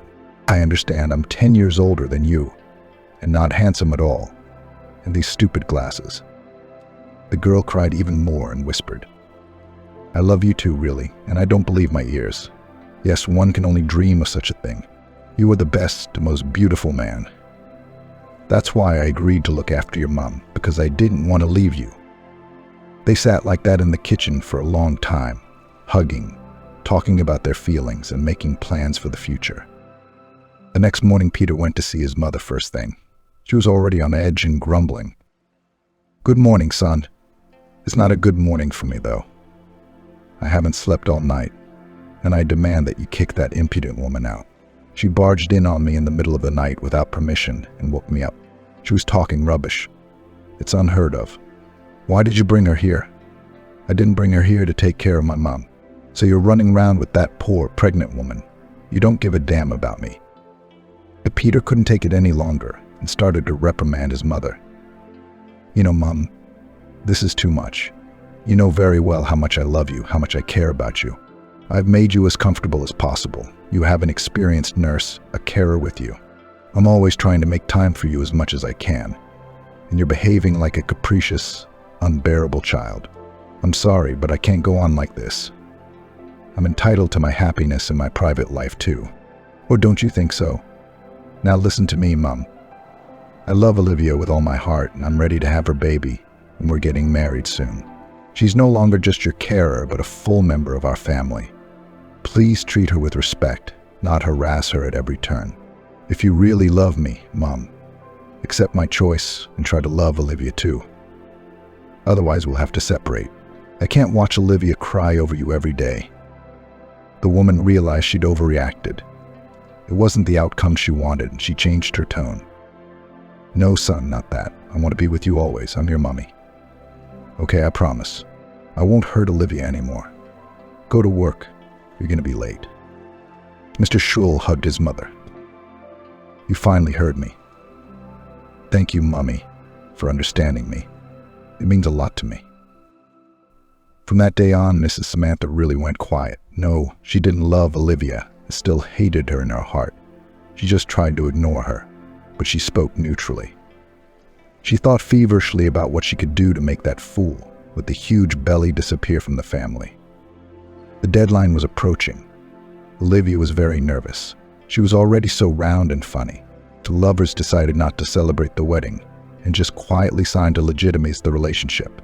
The girl just could not believe that in a week she would become the wife of a respected doctor and the best man in the world. So it all seemed like a fairy tale, but the fairy tale was not destined to become reality. A terrible tragedy fell on poor Olivia's head again. It was an ordinary day, but she had a strange dream, as if William was running towards her on the bridge, waving his arms and shouting something. And suddenly the planks beneath him split, and he falls screaming into the raging river, and the water sucks him in, and Olivia screams and cries. The girl wakes up in a sweat. Her nightgown was clinging to her body, and her heart was racing. She saw William sleeping peacefully next to her and calmed down a little. Slowly she cuddled him and listened to his breathing, his heartbeat, and talked herself into it. "It's just a bad dream. It's all right, we'll be married soon." Mrs. Scholl ate breakfast as usual, kissed Olivia on the cheek, stroked her round belly like a watermelon, and left for work. But the girl had not been herself all day, and there was an inexplicable feeling of uneasiness that turned everything inside her upside down. Even Mrs. Samantha quieted down and almost did not bother Olivia. It was evening, and still no Mr. Peter. Olivia began to get nervous. She called the station. They said he was long gone. She couldn't answer her mobile, and it was getting really bad. Then her mobile rang. A policeman said there'd been an accident on the motorway. A drunken daredevil had rammed Peter's car head-on. He miraculously survived, but is in critical condition and intensive care. The phone fell out of Olivia's hands. She screamed. Her legs felt woozy. She struggled to keep from falling. A thought raced through her mind. "God, not this.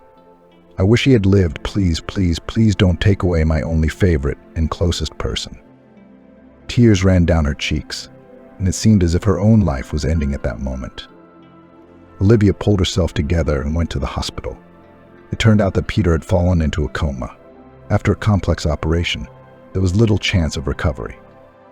Devastated by the news, she drove home and wondered how to tell his mother. She was already paralyzed, but she didn't have to explain anything.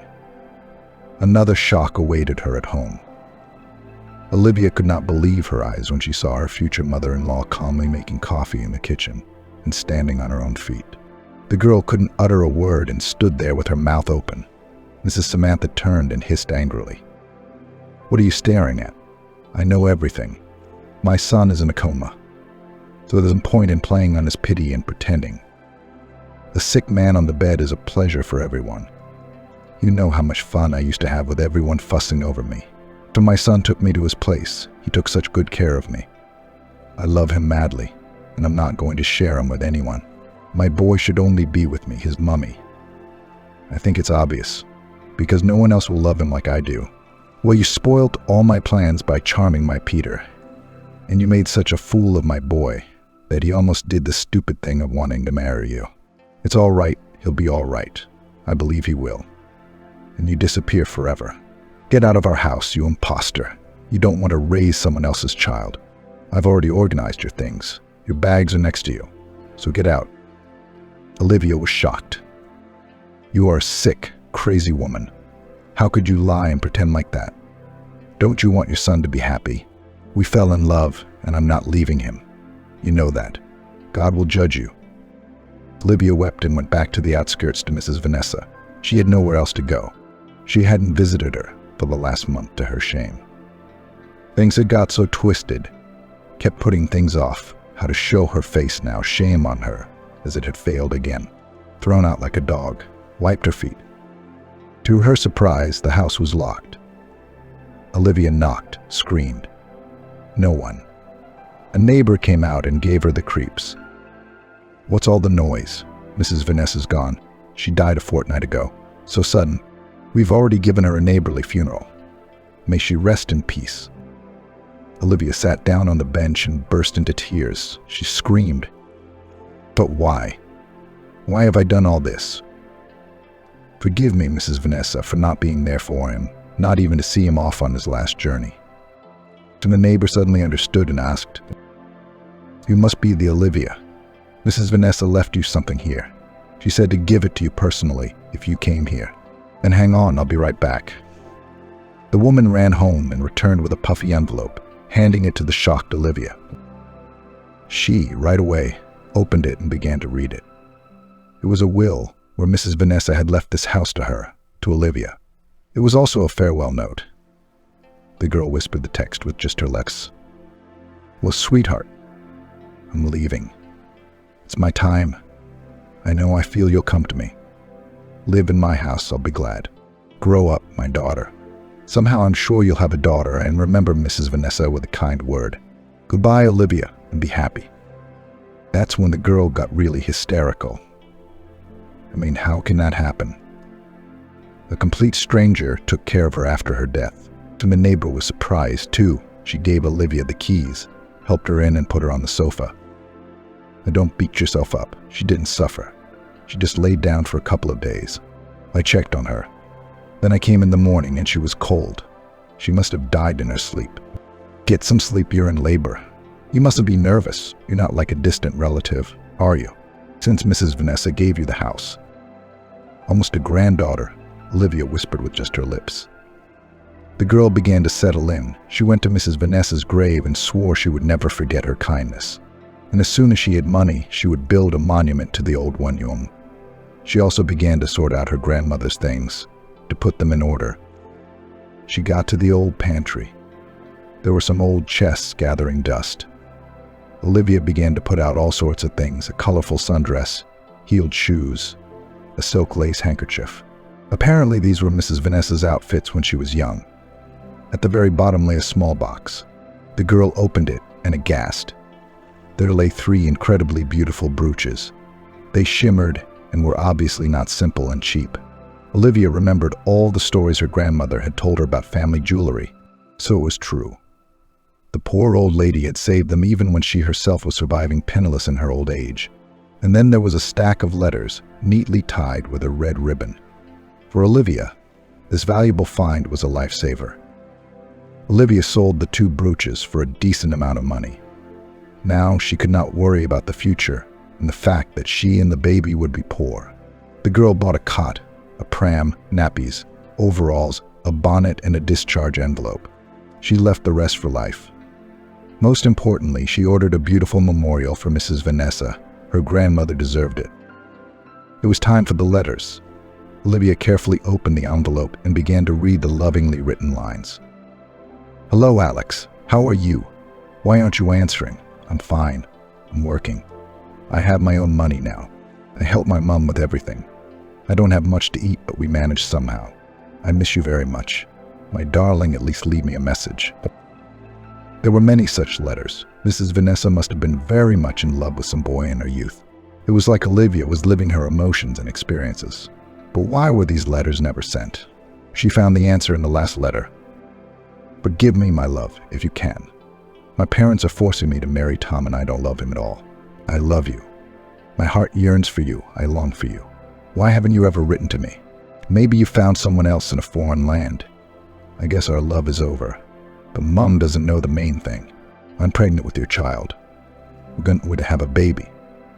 Answer me before it's too late, I beg you. That's what happened. So Mrs. Vanessa waited for the fiance she was pregnant with and wrote letters to him. And her mother intercepted them and didn't send them. They never reached their destination. That's who she got an abortion from. She said once that she had sins that when she was young. So that's why there were no more children. That's why she spoke so little about her husband. She must have had a hard time living with someone she didn't love. Olivia even cried. That's how it happens. The closest people so ruin the lives of their children. She was determined to find Alex and give him the correspondence. It didn't matter who he was or how his life had turned out. So Mrs. Vanessa wanted him to read them. She treasured them all her life. It was only a short time before the birth. Olivia had been visiting William in the hospital all this time. She read him books, stroked his arm, and kept saying, my darling, come back to your senses soon. Come back to me, I long for you, I feel so bad. I need you." As soon as Mrs. Samantha entered the room, Olivia would leave. She didn't want to make a scene. The women just exchanged murderous glances. They were like lightning bolts. The birth didn't take her by surprise. Olivia had everything ready to go, bag on the doorstep. So as soon as the contractions started, she called an ambulance herself and waited. Surprisingly, the woman wasn't afraid of labor and pain at all. She just prayed that William would survive. She couldn't imagine her future without him. The labor was hard and exhausting, but everything went well, and a baby girl was born. Olivia named her Valerie, without even thinking about it. No one came to see her at her discharge either. Olivia, swallowing her tears, traveled home alone with the baby in a taxi. And the next day she went to the hospital with her daughter. She took William's hand again. Tears rolled down my cheeks. "That makes two of us. Darling, I named my daughter Valerie, but I can't live without you. Please open your eyes and look at me. I'm waiting for you." Then the baby cried loudly. Suddenly, William's finger twitched and his eyelids fluttered. Everything on the equipment flashed and beeped. Olivia immediately ran out to get the medics. Her heart was racing. She screamed across the corridor, "Help! My husband's awake." The doctor checked everything. He was amazed. "It's a miracle. I checked everything a while ago. There were no dynamics at all. And here it is. Well, now the worst is over. I understand your task. Here's the text edited to your specifications. I congratulate you, but it's a long rehabilitation, you know," said the doctor. As soon as Mr. Peter Schull came to, he and Olivia cried, hugged, and talked for a long time. She told him all about his mother's supposed disability, about her kicking her out, and about the inheritance. The man couldn't believe his own mom could do that to him. He promised. "Be patient a little longer, sweetheart. I'll get back on my feet and everything will be fine. I'll send Mom home and we'll live together. Be a better husband and father. You know, I could hear you reading books to me, talking to me. I just couldn't wake up. Thank you for being there for me all this time, for overcoming all the difficulties, for not breaking down." Mrs. Samantha also came to see her son. As soon as she heard that he had recovered, she exclaimed, "My son, at last. You're getting better, I'm so glad. I have wonderful news. Imagine I'm back on my feet. It's a miracle." Mr. Peter decided to play along and asked, "That's wonderful. Where's Olivia? How is she? I hope she's waiting for me at home." Mrs. Samantha was lying. "She's gone. The girl took off right away. Said she didn't want an invalid husband. And I told you she was a bitch. But you didn't believe me. Well, she's gone now. I'm here. And we'll be together again. Yes, son, no one will love you like I do. What do you need those women for? They're just evil." Mr. Peter couldn't take it any longer, and he fought with his fists clenched. "Will you stop lying? Mom, do you really want me to be with you all my life? Why? Why? I'm a living person and I also want to have my own family, raise children. And you're ruining my life. You were happy when I split up with my first wife. You kicked Olivia out and you abused her. You're making my life miserable. Don't you realize that? You made up some horrible disease to tie me down. This is insane." Mrs. Samantha tried again, wringing her hands in pity. "Peter, my son, how can you do this to your mom? Don't scream. My blood pressure's going to go up. I'm the one who got you back on your feet. I sacrificed myself, my love life. And this is how you treat me. Ungrateful." Mr. Peter replied firmly, "You know what, Mom? Stop being a comedian. I know everything. Olivia visited me all the time, and I heard her voice, and she came to me first with the baby. I woke up when she was crying.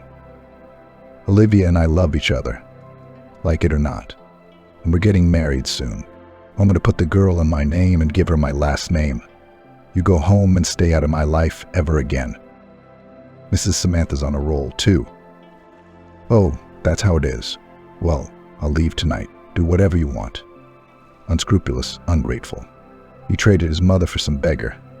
I don't have a son anymore. Just know it. The two of them had a big fight. And Mrs. Samantha left in a hurry.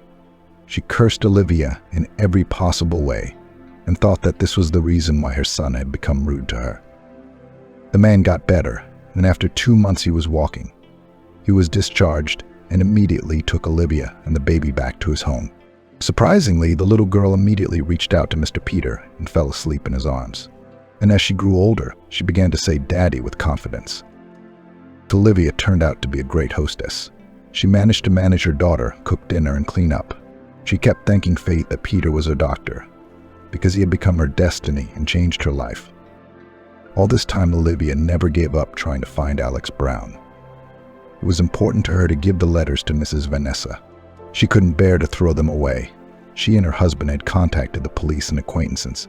But how many Browns are there in the capital? And there's no way he lives here. Maybe he never came back. There's hardly any information on this man either, so there was no chance of finding him. So Peter and Olivia decided to turn to a TV program about finding people. They sent everything they knew and waited. They were under no illusions, but a few months later they got a call. It turned out that the same Alex Brown was also looking for Mrs. Vanessa Wilson. So that's it. Olivia got the coordinates. It was a private boarding house for the elderly in the north of the country. The girl consulted with her husband and decided to go. She entered the ward. On the bed sat a frail old man trying to eat soup. His hands were shaking, and he could hardly bring the spoon to his mouth. Olivia coughed. "Good afternoon, Mr. Alex Brown. My name is Olivia. I was told you were looking for Mrs. Vanessa Wilson. I knew her very well. I need to give you something from her. That's why I'm here." The old man brightened up. His eyes, faded with age, suddenly lit up. He began to gabble. "Hello, young lady. Come in, sit down. Do you really know Vanessa? Isn't everything for nothing? Where does she live now? I'd give anything in the world to see her. If you only knew how much love we had." Olivia sighed, wiped away her tears, and replied, "Unfortunately, Mrs. Vanessa is dead, and it will not be possible to see her. But I found her letters addressed to you, and they were never sent. I couldn't throw them away, so I thought I'd do my best to find you and give them to her. If she kept them all her life, you must have been very dear to her too. Here, take it." So the old man put on his glasses and opened the letter. He eagerly reread each line. Tears dripped from his eyes and prevented him from reading. Every now and then he took off his glasses, wiped them and muttered something quietly, kissed those yellowed sheets of paper as if they were of the greatest value. And when he read the last one, he clutched his heart and began to sigh. Olivia was frightened, poured water from the decanter on the nightstand. "Alex, are you all right? Would you like some water?" The old man kept whispering. "I'm late. How could I be late? I could have had kids with Vanessa. My whole life could have gone differently. It's all my fault, you idiot. I was such a young idiot. I ruined my life and hers with my jealousy and pride." Olivia waited patiently for him to come to his senses, and then asked timidly, "What happened between you two anyway? I have not known Mrs. Vanessa long, but I have loved her with all my heart, and I'd like to know everything. Would you mind sharing?" Alex sighed heavily, closed his eyes as if he were traveling back in time, and began to speak. Olivia felt goosebumps run up and down her body. "Vanessa and I have lived next door to each other since we were kids. We were children during the war, but then the whole country rebuilt our homeland. Those were hard times. We lived with little food. Clothes too, just to keep warm. Our mothers worked hard without fathers. They were hardly ever home. But Vanessa and I were left to our own devices. I always looked after her like a little sister, took pity on her. An extra piece of bread or a bun. And when I graduated high school, it was like the first time I saw my best friend, I fell in love. If you knew how beautiful Vanessa was, Olivia, her mom made her a dress out of bright red material. It was amazing. My heart was pounding and my throat was dry. I never took a step away from her. And then I couldn't stand it and confessed my love. She was happy too. That's when we kissed for the first time. Anyway, we were so in love. She and I made plans to go far away together, to get married, to have children. But I was taken away to the army. I served in the South, traveled far away. And I wrote such letters, waiting to hear from her. She never replied. After the army, I went to my old address, and they told me that my Vanessa had married and left. That's all love is. So I got married in a hurry out of spite. But it wasn't for love. I raised a son, but I didn't get along well with my wife. We were strangers. In the end, we divorced. And my son took me here in my old age, saying, "You'll be better off here, Dad." And I'm so offended. I did everything for him. I gave an education, a flat, and spared no time. But there was no place for me in his house. I've become a burden to my child. It's so scary. I've been here in San Diego for a year now, and I'm bored. So I thought I'd try looking for Olivia. I've carried her memory with me all my life. I've never loved anyone else so much. I thought maybe I'd see her again in my old age. I wanted to hug her and tell her I still loved her. So thank you for coming, for bringing the letters. Can I have them? I'll read them every day and remember my beloved. I don't have much time left anyway. I can't stand it in these walls. It's a humiliation. My son only pays for my stay. He doesn't show his face. When I call, he says he's busy and hangs up on me. So that's it. Olivia shook her head. She felt so sorry for Alex Brown. She began to comfort him. Yes, it's a story. Mrs. Vanessa loved you very much too, I'm sure. But apparently her mother decided otherwise and married her daughter to someone else. But your letters never reached you. I'll tell you what. Can I come and visit you? May I? It would be my pleasure. Mrs. Vanessa's the closest person I've ever known, even though we're not related. She gave me a helping hand when I was on the brink, alone in the capital with no money and pregnant. She became like my own grandmother. We lived soul to soul. So you're not a stranger to me either. Alex was as excited as a child. But of course, come. I'd be delighted. I'm so bored here. Thank you again, Olivia. I can see you're a good, kind man. I wish my son were like that. Where and when did I miss him so much? Olivia came home sad and thoughtful and told her husband everything. She felt so sorry for her grandfather. She begged him. "William, my darling, let's get Alex out of there. He's not well. You see, I owe Mrs. Vanessa a great deal. I wasn't there for her when she died. That woman left me a house jewelry. So can't I help the person she loved so much? I'm sure she would have been so pleased." William was a little shocked. He had his doubts. "Olivia, this is a very serious decision. Are you sure you've weighed everything? We have a family. My daughter is still very young, and there's another member of the family coming. Can we all get along? We're not even related." William's seen what's been going on with his wife for a couple of days. He's been thinking, weighing things up, and then he makes a suggestion. "You're right, Olivia. We can't leave it like this. It's not good for a good man to be lost in a boarding house.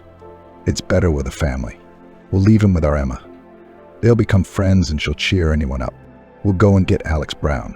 We'll all get used to it." Olivia threw herself around her husband's neck and kissed him and whispered, "Thank you. You're the best.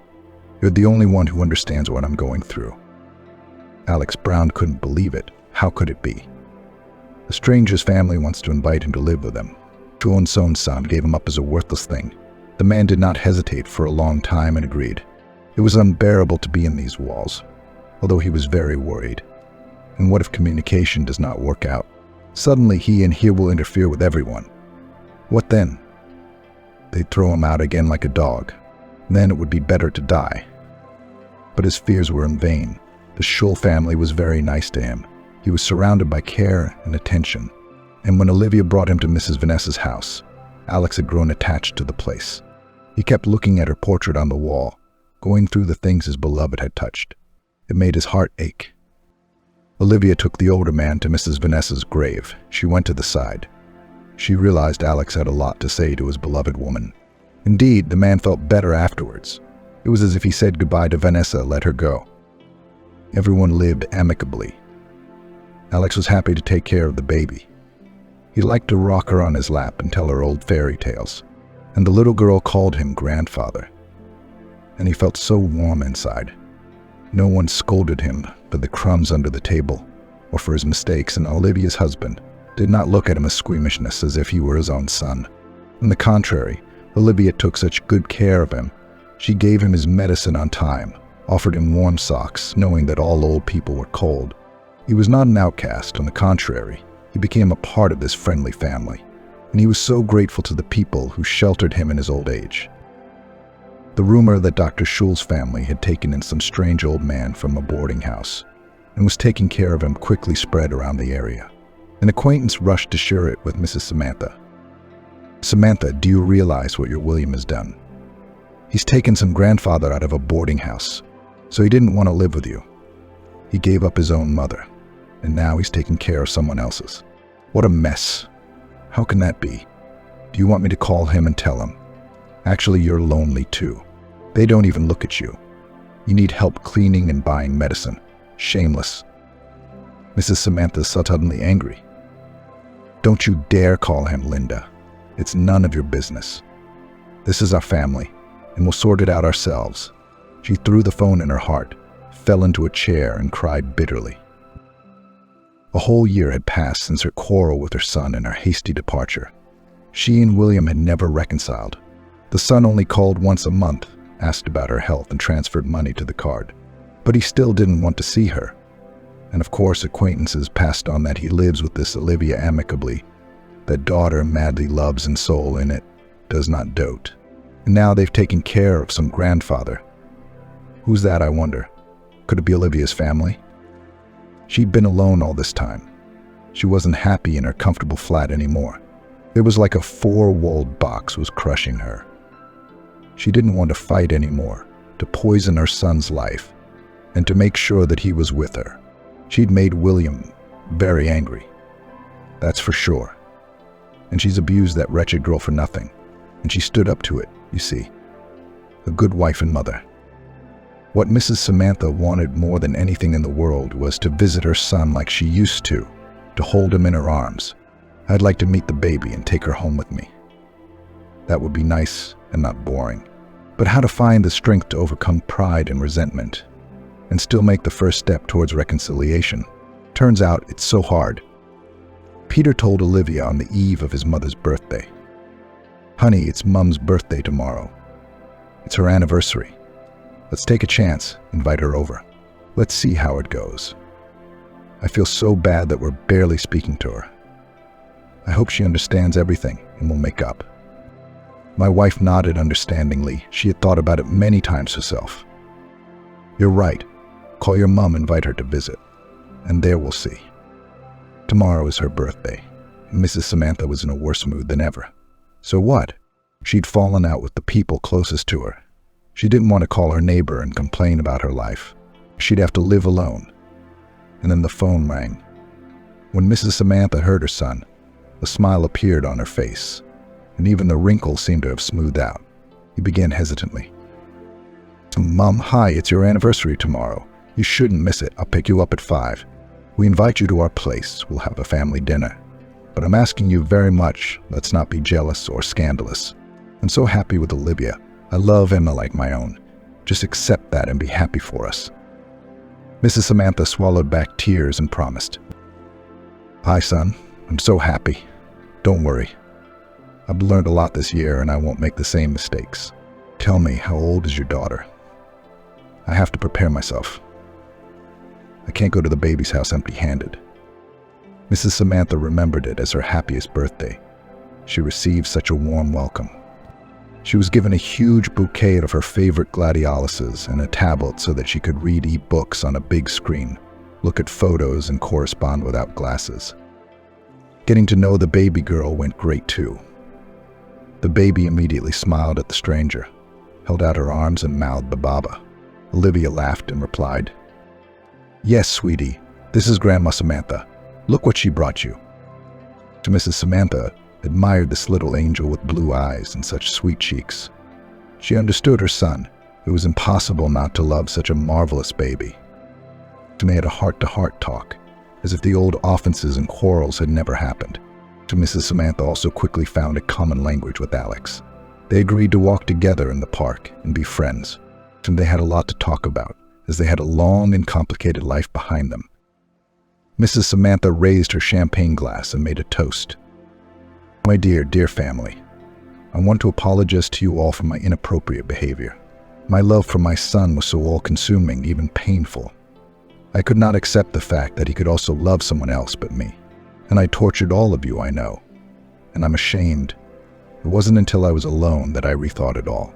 After all, if you love someone close to you, you should be happy, that he is well, and not be selfish. I look at you now and realize how wrong I was. Peter, my son, you are a great man for creating such a strong and happy family, despite my intrigues. I hope I can be a part of it again. Peter jumped up from his seat, walked over and hugged his mum tightly, whispering, "Happy birthday, Mummy. I'm so glad we've made up." Both of them felt at ease. The whole family was together now.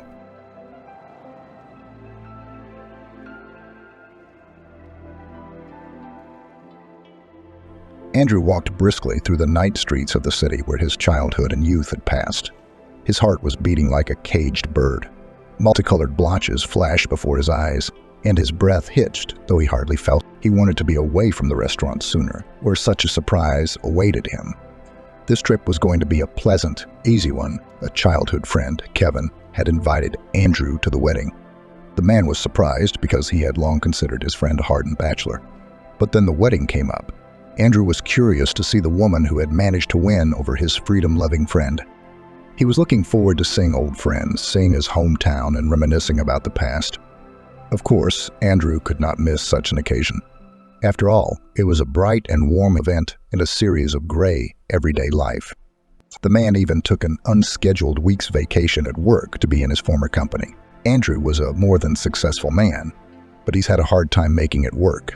He lives and works in Moscow, managed to escape from the provincial town where he actually rushed to. But few people know that Andrew works on a rank-and-file position in not the most prosperous company, and every day spends at least 4 hours on the road to work and back. Because he lives far from the office, almost on the outskirts of the capital, in not the most prestigious neighborhood.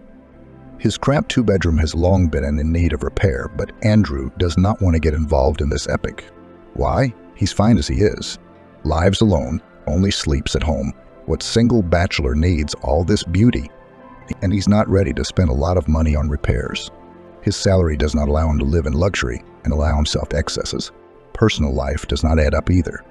There are, of course, temporary romances, but it's not serious. Andrew mainly attracts ladies who need a place to live. At his expense, they can save on rent until they get settled in Moscow. Andrew sees perfectly well the intentions of such women. Looks, words, actions, all this gives away their true goals. Unpleasant, of course, but probably by the age of 35, it's time to realize that perfect, pure love may not exist. Everyone in a relationship is pursuing their own interests. When you were young, it seemed that one day the perfect girl would meet on your way. Beautiful, loving, intelligent, sincere, household and caring, but at the same time self-sufficient and able to occupy yourself when you go out with friends. One who will adore her spouse and be his or her rock-solid support. With such smiling beauty, Andrew dreamed of building a family and living happily ever after. Remembering his dreams, Andrew was amazed at his naivety. There are no fairy tale women or perfect relationships, as indeed, and situations when everything in life perfectly suits. This realization came with time, in worse, as appointments awaited him at every step. In work, personal life, everyday life.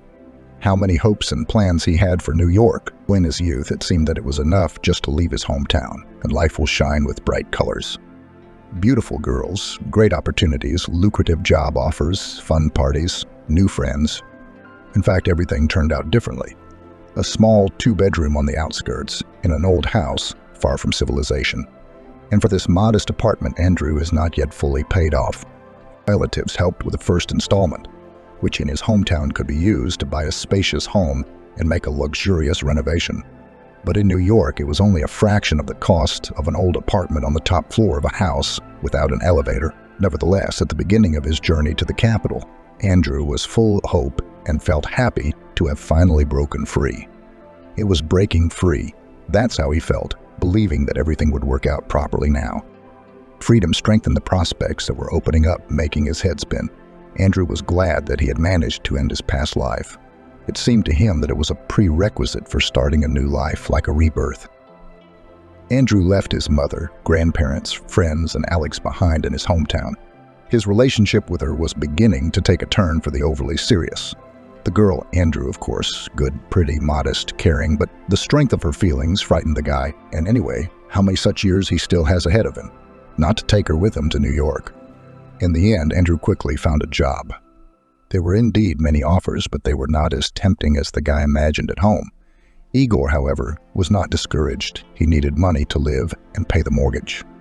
In addition, it is necessary to gain experience somewhere, because everything is still ahead, except that more than 10 years have passed and nothing has changed dramatically.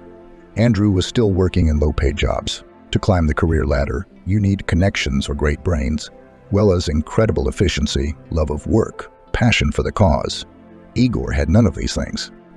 He served working hours in the office as a duty, received at the end of the month a salary, most of which was given to mandatory payments. Rent, loans, mortgages, the rest of it he pulled until the next paycheck. Andrew always liked beautiful girls, bright as stars with long, slender legs, shining huge eyes, self-confident, witty, ambitious. There were certainly plenty of them in New York, but Andrew was not attracted to them at all. What could attract a young beauty to a dull office plankton, living from paycheck to paycheck? What could he offer such girls? Back in his own town, Andrew had once been an eligible suitor, the grandson of the head doctor of the local hospital, a student at a prestigious university. He felt he was the best of the best there. He had a lot of friends, girls were looking at him, but Andrew always dreamed of more.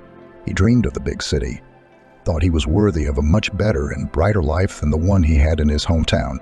Andrew often spoke contemptuously about life in the province, called his small homeland collective farms and swamps. He assured me that he would never stay here. But he didn't. What's the use? What did he accomplish? First of all, Andrew's years in the capital have made him a liability in the form of loans. It's going to take him a long time to pay them off, and the salary in New York is still much higher than in a small town. Andrew realized that if he returned home, he would not get out of debt, and there was no one to help him now. His grandfather used to be an upstanding man, a respected and well-known man in the city, head doctor of the local hospital, but now he is on a well-deserved retirement. Sick, old, weak grandfather himself requires attention and care. And secondly, well, how is it possible to return after Andrew assured his friends that life in a small town is not for him? After scornful words about his small homeland. Okay, let's be honest.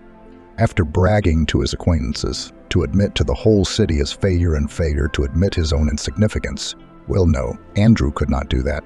Especially in the eyes of his old friends and relatives, Andrew was quite a successful and established guy.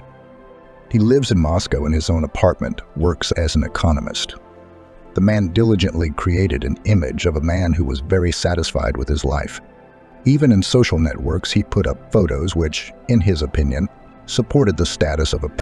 It is funny, of course, but sometimes the owner of the firm where Andrew worked organized corporate parties for employees. And on Andrew's page, after such festivities, appeared photos from luxurious restaurants. Once Andrew's colleague came to work in an expensive foreign car rented from his brother. Andrew took selfies behind the wheel of the car and posted the photo in his profile that evening, laughing at himself. That sort of thing. Andrew was making it look like he had a life he never had. And he was getting tons of likes and comments from people he knew from the town. They were convinced that Andrew had it all worked out. The ambitious plans of his youth had come true, and Andrew was happy with that. But at least in the minds of his friends and relatives, he would be so successful and happy. Andrew grew up without a father. His mother gave birth to him, as they call it, for herself. Or to put it more simply and honestly, she fattened him up. Andrew was the fruit of a banal resort romance student and a young man who introduced himself as the owner of a small business. Who really was his father, Andrew did not know and believed that now he will never know. This man, he does not even suspect the existence of his son, and, of course, has probably already forgotten about the affair that happened so many years ago, or maybe he's not even alive at all. And then there's the mother. She knew nothing about her resort lover. It's simple. His mother did not plan a serious relationship with him. That's why she was not interested in the details of his life. She certainly didn't ask for his address and passport. She just wanted to have fun. She found herself away from the control and custody of strict parents, and in the end it all turned out like this. Andrew was an unplanned but beloved child. His grandparents insisted that their daughter give birth, even though she kind of wanted an abortion. Andrew suspected it was his grandfather who kept him alive. Grandfather, after all, he is so authoritative, reliable, correct, and it is very difficult to argue with him. It must have been hard for him to accept the fact that his daughter had fathered a child out of wedlock. And yet the grandfather coped and made such an important decision for the whole family. The grandfather's reward was a grandson. He had dreamed of a son all his life, but in the end he got 2 daughters. The older of them gave her father 2 wonderful granddaughters, but the youngest made the most pleasant and long-awaited surprise, gave birth, finally, to a boy. Andrew's childhood was bright and happy. He was surrounded by loving relatives. His mother, however, much attention to her son did not pay. She was working or trying to organize her personal life, but Andrew still felt her love. His mother often gave him toys, took him to amusement rides or to the movies. She was a celebratory person, cheerful, energetic, full of ideas and plans. His mother charged her son with optimism and love of life, and his grandparents loved him. Andrew later realized that his grandmother felt very sorry for him. But how can a boy grow up without a father? And his mother doesn't do much with him. He just shows up once in a while like a ray of light and then disappears again. That's why grandmother tried to compensate for the lack of parental warmth and cooked for him delicious dishes, and read bedtime stories to him, and walked with her grandson for hours around the city, patiently going around all the playgrounds with him. Grandma's warmth, unconditional love, and complete acceptance. No matter what Andrew did, she was always at his side, even if her favorite grandchild was at fault. If Andrew was involved in a fight, grandmother unconditionally considered the other party missing bully who dared to hurt a good boy. If the grandson got a D, grandma turned on the teacher with her prejudice. Andrew loved grandma too. It was nice to know that there was such a person in the world for whom the light in the window, the best, the most beautiful and smart. Andrew had a different relationship with his grandfather. He did not particularly encourage dabbling. He could shout at his grandson and even give him an easy backhand under the wailing and groaning of his wife. Grandfather set limits, and that was good too, because it paradoxically gave Andrew a sense of security. Grandfather was solid as a rock. His words carried weight. He often had heart-to-heart talks with his grandson on a variety of topics: friendship, love, studies, plans for life. Grandfather had such conversations with Andrew from an early age, and the boy loved these moments. And grandfather often took his grandson to work with him. There, the boy saw how respectfully other people treated his grandfather and felt proud of his relative. Andrew realized that his grandfather was doing a very important job and doing it well. People are grateful to him. Grandpa took his grandson fishing and into the woods, and sometimes they spent the whole day in the garage, going through the insides of an old car. Andrew suspected that his grandfather could have bought a newer car, but apparently the faithful iron horse was dear to him as a memory. The older relative tried to compensate Andrew for his father's lack of attention as best he could, and he did it well. Andrew adored his grandfather and as a child dreamed of being like him. When Andrew was about 6 years old, he first saw a famous rock band on TV. And the boy was so mesmerized by the spectacle that he did not even hear his grandmother calling him to lunch. From then on, the boy never parted with a plastic shovel. He held it in the manner of a guitar and sang, and danced just like the guys on TV. The adults laughed and clapped their hands. They were sure Andrew would outgrow his hobby. He didn't. At first, the boy just listened to rock songs. Then he started singing along. The grandmother was the first to notice that her grandson has an ear and voice, and took him to music school. Within these walls, Andrew was disappointed, because he had imagined everything quite differently. He thought the school had a stage and men in jeans with guitars. But the boy sat down at the piano and forced to learn boring scales. It was unbearable. Andrew hated school after the first 2 or 3 lessons. Like grandmother, always soft and pliable, suddenly showed firmness. She intended to make a musician out of her grandson, as his teacher assured the woman that the boy has talent and Andrew's sense of rhythm is innate. It turned out that Andrew's ear is marvelous. But laziness, according to the teacher, spoiled everything. Grandmother did not want to ruin Andrew's talent, so she forced him for 3 years to go to the hated music school. And then the boy still rambled and, not without the support of his grandfather, left the dismal institution. His grandmother regretted it for a long time about his behavior. She had already seen her grandson in dreams on the posters decorating the city about the arrival of the great pianist. But this was not the scene Andrew had dreamed of. Grandfather, who saw and understood everything, gave his grandson a real beautiful guitar for the new year. And Andrew somehow slowly learned to pick up melodies. Something looked at his favorite performers, to something himself reached, and he practiced diligently with a self-study book. Without many-weight, such studies. Without many-weight instruction, unnecessary lessons like solfeggio and literature, compulsory in exams. Now the boy spent hours in his room choosing compositions, and it worked. His father must have been musical, his grandmother sometimes said. "We've got a bear in our family. This one's a talent. You can see it in him." Andrew liked to imagine that his father was one of those rock musicians who packed million-dollar stadiums. He even looked for similarities between himself and the rock stars popular at the time. And he managed to find it. Once at school, Andrew studied not that very well, but without failures. His mother and grandmother initially dreamed that Andrew will follow in the footsteps of his grandfather, become a doctor. But by middle school, it became clear that the boy does not have the necessary aptitudes and abilities. Grandfather did not worry about it at all. He believed that everyone has his own way, and the task of adult relatives is to help the child to determine the future, to recognize his talent, which can later turn into a profession. None of the adults took his guitar playing seriously. That's why one day at the family council it was decided that Andrew would become an economics student. Why the profession is promising, monetary, the very thing for a guy, Andrew didn't mind. Simply because he himself had no ambitions and plans for the future. When economist is an economist sounds kind of good. It's better to study at university than to go to the army. And in general, student life seemed to Andrew something like an endless holiday, a party, new friends and girlfriends. I can't wait. Andrew liked it at university. There seemed to be less control at once. It seemed that all the relatives suddenly recognized the only grandson and son as an adult. Grandfather even began to give more money for pocket money. Beautiful. Everything was exactly as Andrew had imagined. Parties, hanging out in rented apartments with visiting students, going to nightclubs. That's where the guy's guitar skills came in handy. It was great to sit in someone's kitchen and sing funny or even hooligan songs. Andrew, guitarist, was always the center of attention and was very proud of himself.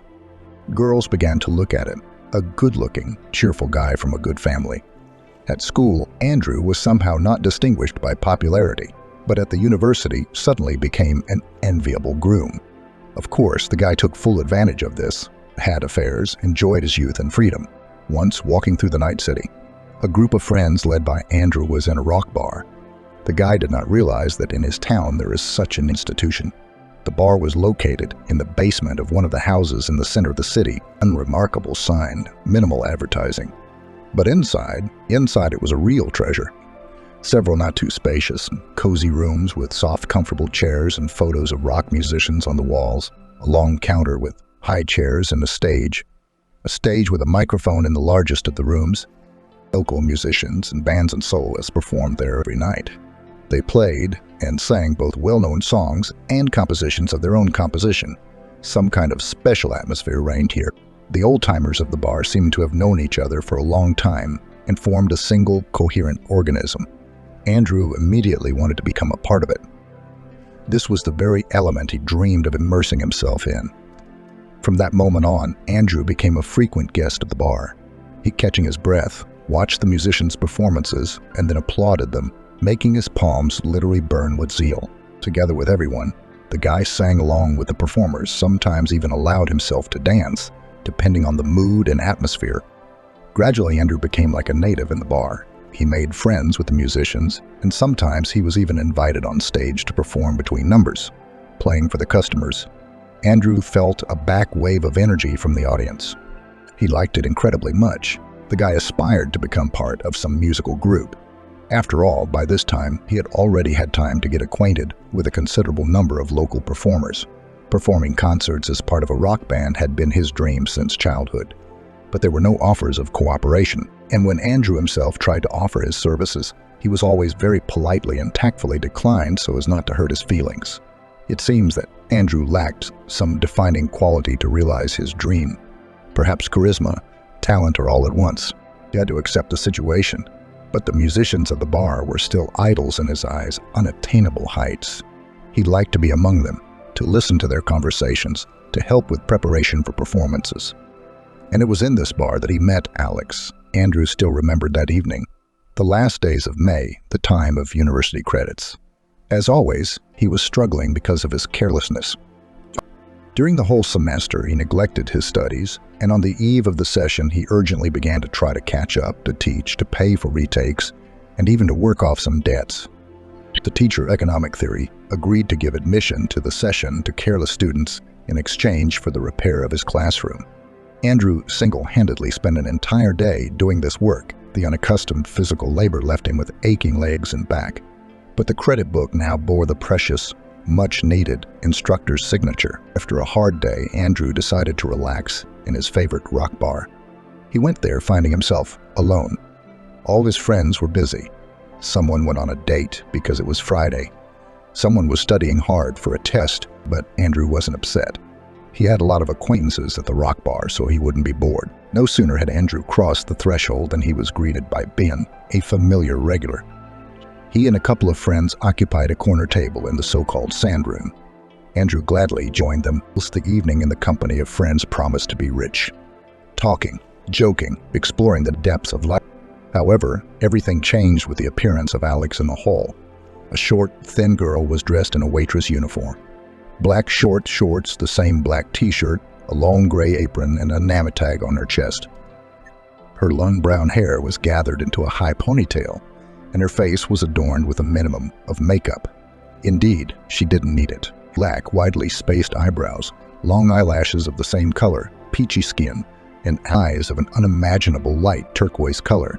It was this unusual combination of colors that caught Andrew's attention. "That's the new waitress. Just started yesterday," Ben mumbled, noticing Andrew's gaze. "Cute, I agree." Andrew nodded absent-mindedly. All his thoughts turned to the new waitress. He couldn't figure out what it was about her that had caught his eye. Yes, she was pretty, but he had met prettier girls. Some might say that she was too thin, as they say there's nothing to fight with. But Andrew didn't care about that. His eyes couldn't take his eyes off her. He couldn't tear himself away from her smile. It was radiant, yet humble, imbued with warmth. That smile lit up her face, making it even more attractive. It seemed to Andrew that he wanted to see that smile always. Moreover, he longed to be the one who caused it. He had never had that feeling before. That night, Andrew didn't find the courage to talk to the girl. It was not like him, because lately, the guy had been actively socializing and making new acquaintances.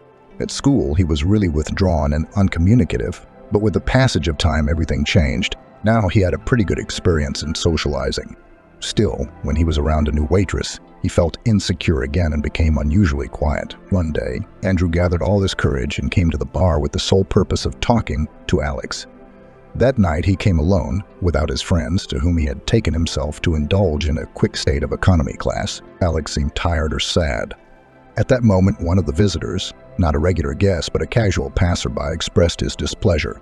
He complained that Alex had brought the wrong beer he had ordered, which caused him to complain loudly. The guest insisted on his own, refusing to accept the drink he ordered. In this situation, Alex looked confused. After all, she was now to return the drink, which was certainly unpleasant to admit in front of the receptionist. When lady, "Put that beer on my tab," Andrew stepped in, to Alex's relief. "And for this young man, bring what he ordered and paid for." Alex gave Andrew a grateful smile that warmed his heart. He was happy to help the girl and support her in some way. That evening, although they couldn't talk much because of the influx of guests, Andrew and Alex exchanged jokes and smiles. Something special was brewing between them, and the guy could feel it. Alex was not indifferent to Andrew either, and it was adorable. Unfortunately, the hectic work on the weekend left no time for talking because the waitress was too busy. When the end of the shift came, Andrew waited for Alex and offered to walk her home. It turned out that she lived only a couple of blocks away from the bar.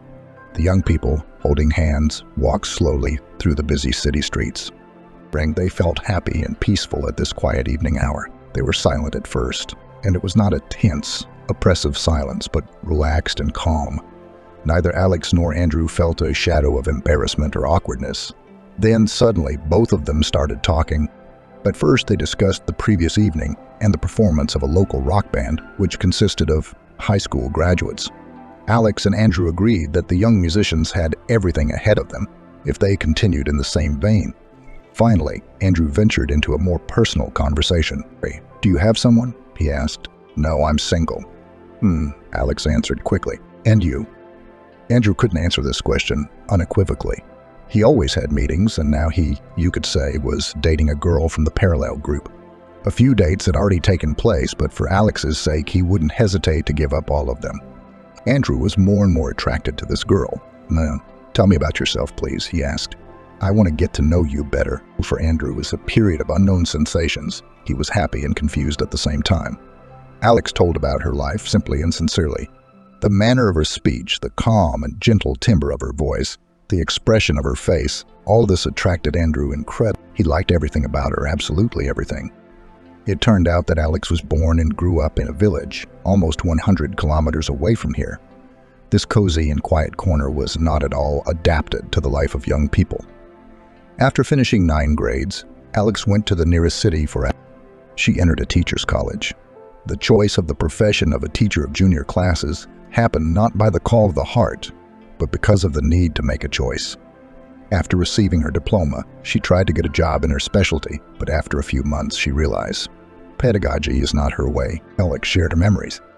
"I could not convey to these little people how to solve examples or write essays, although I can do it all perfectly well. But I couldn't teach and interest the kids. It's one thing to study in college and another to practice. It's heaven and earth." Alex didn't want to take on such responsibility, afraid to let the children down, to discourage them from learning. So she quit. She then worked for a while in a private developmental center. A young pretty girl with a pedagogical education was welcomed with open arms. It was quite different from school. Here it was not so scary to make a mistake or fail, and I always liked to take care of the kids myself. But then the center went bankrupt and closed. Alex found herself on the street. So I saw an ad for a waitress in a bar. So I answered it. "I'm so glad your center closed," Andrew admitted. "Because if it hadn't, we never would have met." Andrew and Alex began dating. Quiet, modest Alex with a dazzling smile and short stare finally won the young man's heart. And she herself, Andrew saw, felt, sensed it. Alex loved him with all her heart, with all her soul. She did everything to make Egior feel happy around her, even to the detriment of his desires and leisure. Andrew moved into Alex's rented apartment very quickly. They started living together. Andrew's relatives were not too happy with this fact, but what could they do? Andrew was already a very mature guy. What he wants to do, he does. Andrew was finishing his studies at the university. Alex was still working as a waitress. Her salary, his scholarship, plus monthly financial support from relatives made it so that there was enough money for the young people. Andrew next to Alex rested his soul. He felt that this girl accepted him with all his shortcomings. Moreover, she even liked these disadvantages, seeing in them, paradoxically, pluses. What eyes did Lyra look at him with what attention she caught his every word, and how many compliments Igor received when he played for his girlfriend on the guitar and sang to her. Next to Alex, Andrew felt like someone incredibly necessary, important, successful, almost perfect. It was very pleasant. And then Andrew didn't understand why. Everything started to change. Not all at once, but slowly, gradually. At first, Alex's care stopped warming his soul. Andrew somehow got used to her adoration, and Alex made him his favorite toast for breakfast, tried to please him with something special for dinner. And somehow it happened that the guy started to take it all as a norm. Alex didn't evoke the same feelings in him anymore. Admiration, interest. All of that disappeared. At first, Alex seemed a mystery to Andrew. So beautiful, quiet, modest. But her eyes gave away her bright nature. It's an exciting combination. But in time, the guy found out that there was nothing so special about Alex, an ordinary girl, even boring a little. Andrew, on the other hand, has always been attracted to extraordinary personalities. He was afraid of mediocrity, grayness, ordinariness. He even had his own idol, Samuel. He was about 10 years older than Andrew. By the way, Samuel had graduated from the same school Andrew had gone to. But to go to vocational school, where the road lay the road of most third graders in those years, the guy did not. He formed his own band and rushed to New York. There Samuel made a dizzying career. No, he didn't become a star of the first magnitude, but he still gained a certain fame. His rock band songs were played on the radio, the musicians gave concerts all over the country, and even had their own army of fans. Samuel possessed a sharp mind and mad charisma. Andrew knew him personally. Samuel often came to their town because his parents lived here, and every time he went to the rock bar, where he was always a favorite guest, talking to old friends, listening to local musicians. Everyone here knew Samuel and loved him. Andrew considered himself a fan. He liked everything about the man. The open smile, the way he talked, the steady gaze. Samuel had amazing eyes, sad and thoughtful. He seemed to see through everyone he talked to with those eyes. Andrew wanted to be like Samuel. He even tried to imitate him, but he quickly realized that he couldn't do it. Samuel was a unique product, a star, a soloist, a leader. That night, Andrew went into the bar where Alex worked to meet some friends and listen to a new rock band. According to the stories of acquaintances, the newcomers showed great promise. The evening went on as usual, and close to midnight, Andrew felt some excitement When he turned around, he saw them, Samuel and his buddies. Samuel was heading to his favorite table, nodding politely to his acquaintances. Andrew rejoiced. What luck! It looked like there would be no boredom today. Samuel was a man of celebration. Andrew decided that he would talk to Samuel today, secretly. In the back of his mind, Andrew still cherished the hope that one day Samuel would help him with his career, introduce him to the right people, and maybe even invite him to his band, at least as a backup, not as a core member. Samuel was living the life Andrew dreamed of. Touring, performing, rehearsing, partying, socializing with interesting people, beautiful girls, and, most importantly, the stage. Samuel literally gathered stadiums, excited crowds of people. Thousands of throats were singing along to him, and all eyes were fixed on him admiringly. If that's not happiness, what is? As Andrew finished his final year of university, it was as if he realized that he was no rock musician, that it might be too late to start. But every meeting with Samuel awakened his dream, gave him food for thought and a tiny ray of hope. Samuel was a risk-taker. After high school, he didn't continue his studies, but risked everything to pursue a career in music. And he'd been successful. Andrew sometimes wished he had been brave enough to take such a step. When Alex was serving Samuel's table, she smiled at him just like all the other customers. But Andrew's eyes were now fixed on his idol, full of hesitation and unspoken aspirations. He looked at her and occasionally said a word or two to the girl. Andrew didn't hear these phrases, but judging by the expression on Alex's face, it was something pleasant. Andrew, to his surprise, suddenly realized that he didn't like seeing his girlfriend chatting nicely with Samuel, and this was clearly not about jealousy. Andrew realized that Samuel was surrounded by beauties of all sorts, ready to do anything for him. Why would he want a country girl, Alex? Yes, he did. Now that Andrew had lived with her for a few months, he could see that. There was nothing special about her looks. The guy himself didn't understand why he was attracted to her. Andrew was uncomfortable with the fact that he was not the one chatting sweetly with the star. He had to wait patiently for a convenient moment, while Alex was calmly talking to Samuel right now and doing it so casually and naturally, as if she didn't realize who was in front of her. Or maybe she really didn't. A few more hours passed. Andrew decided that it was time to talk to his idol and headed to his table. At the same moment, Alex rushed to Samuel with an order, and this collision inevitably happened to Andrew. No, Alex held the beer glasses. Nothing even spilled out of them. The girl's good reaction saved the situation, but Andrew still couldn't resist an irritated remark. An elephant in a china shop. This expression flew out of his mouth automatically, the same words his mother used to bail him out with when he dropped or broke something. Alex was embarrassed. She was uncomfortable that Andrew was emphasizing the attention of those present on her blunder. If it weren't for his caustic remarks, perhaps no one would have noticed anything. Well, why would you do that?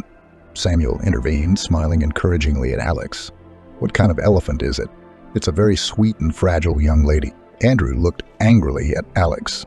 After these words of Samuel, she suddenly became even more annoyed with him. The girl, sensing this, backed off. The rest of the evening went great. Andrew had a great time in the company of Samuel and his buddies. It was interesting to listen to their stories about their turbulent youth and concerts in the capital. What a lot of trouble they got into in their time. You could make a whole movie. Andrew liked to feel himself a part of this company, even if only for one evening. These people live bright, loud, and laugh heartily. Alex's shift was over. She walked over to Andrew, calling him home.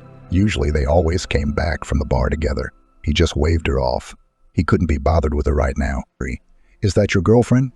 Samuel asked her. "More like an admirer," Andrew said, not caring a bit about Alex's feelings. She was standing right next to him, and she'd heard everything. But the guy didn't care about that.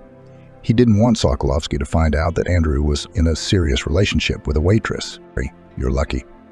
"I wish I had a groupie like you," Samuel said, winking at Alex. She smiled sadly and went to the staff room to change. She was already very tired and wanted to get home as soon as possible. Andrew showed up at the apartment where he had been living with Alex for months. Early in the morning, he thought that Alex would give him a scandal, or at least demand an explanation. He behaved with her very ugly. He called her an elephant and didn't admit to others that she was his girlfriend. But Alex herself looked guilty. She didn't say a word to Andrew. And then, when he spoke up, she acted like nothing had happened. She looked at the guy with the same love, tenderness as before, and cared for him the same way. Alex's admiration and attention, which before were perceived as a gift of fate, now irritated and seemed to be the girl's advantages recently turned into her disadvantages. Care into obsession, unnatural beauty into rustic simplicity, modesty into stiffness.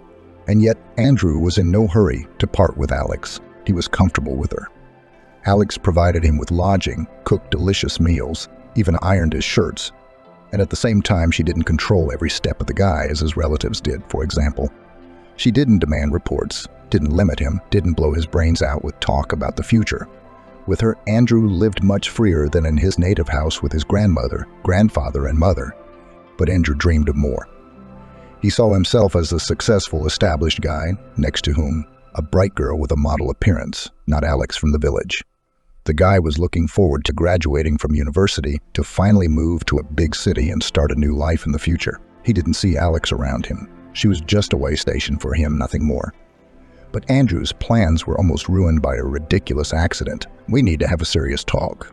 These were the words Alex once met Andrew from the university. He had just sat through 5 consecutive classes. Accordingly, he had neither strength nor desire to communicate with the girl. "Okay," Andrew sighed. He realized that he had no way out. I'm expecting a baby," Alex bribed with a look. She was obviously feeling very embarrassed. Andrew felt like he'd been doused with a bucket of cold water. "What do you mean?" "I don't understand." "What's there to understand?" "It's simple. I'm expecting a baby. Are you sure about that?" Andrew asked with hope in his voice. "I can't be more certain." "That's a twist." "What about New York? What about Andrew's plans and dreams?" Now it was all over. Andrew tried to talk Alex into terminating the pregnancy. He told her it was too soon for them to be parents. A baby needs a grown-up mom and dad, and they're just kids. "I'm not ready," the boy honestly admitted. "What kind of father am I? I haven't even finished university yet." "I understand everything." Alex sighed heavily. "You don't have to worry." The girl looked so unhappy, so confused. And how could she be alone? Andrew knew perfectly well that Lyra couldn't handle it. He also knew that he wouldn't leave her now, or rather, he wouldn't abandon his child.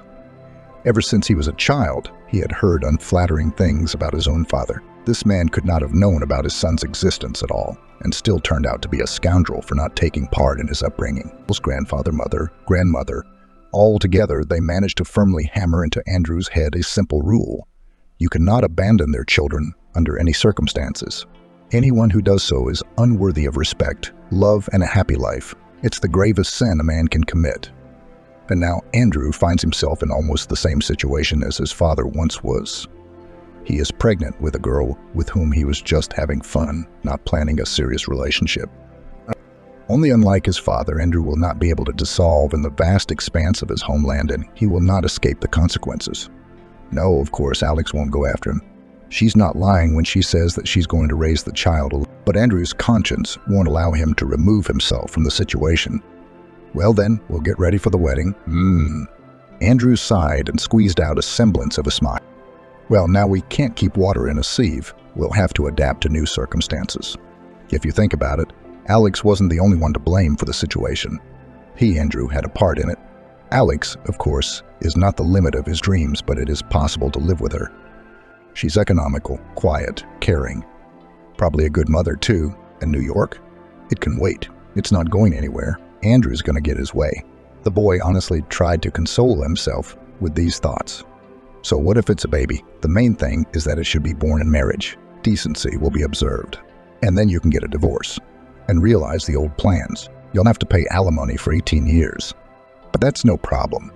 Andrew will have such an income that these mandatory deductions will not do him any good. Alex put her arms around Andrew, pressed herself against him. I knew you were reliable and that you could be trusted. Earlier such words filled Andrew with energy and joy. But now, hearing them from Alex, the guy felt only heaviness. Instead of being happy about her trust, Andrew felt as if he had an anchor tied to his leg. He remained silent. Andrew introduced Alex to the in-laws. It was inevitable because of the upcoming wedding. Alex easily won their hearts, especially her grandmother, who never tired of repeating that Andrew was extremely lucky. But the more people around him rejoiced at the upcoming event, the more he felt trapped. His dreams and plans for a new life somewhere far away from here seemed shattered. All because of Alex, because of this unexpected pregnancy and imminent wedding. Now that he had finally received his cherished diploma, instead of striving for new horizons, he found himself bound by circumstances here in this small town. Alex was still working at the bar, and Andrew had decided to take a short vacation after his studies.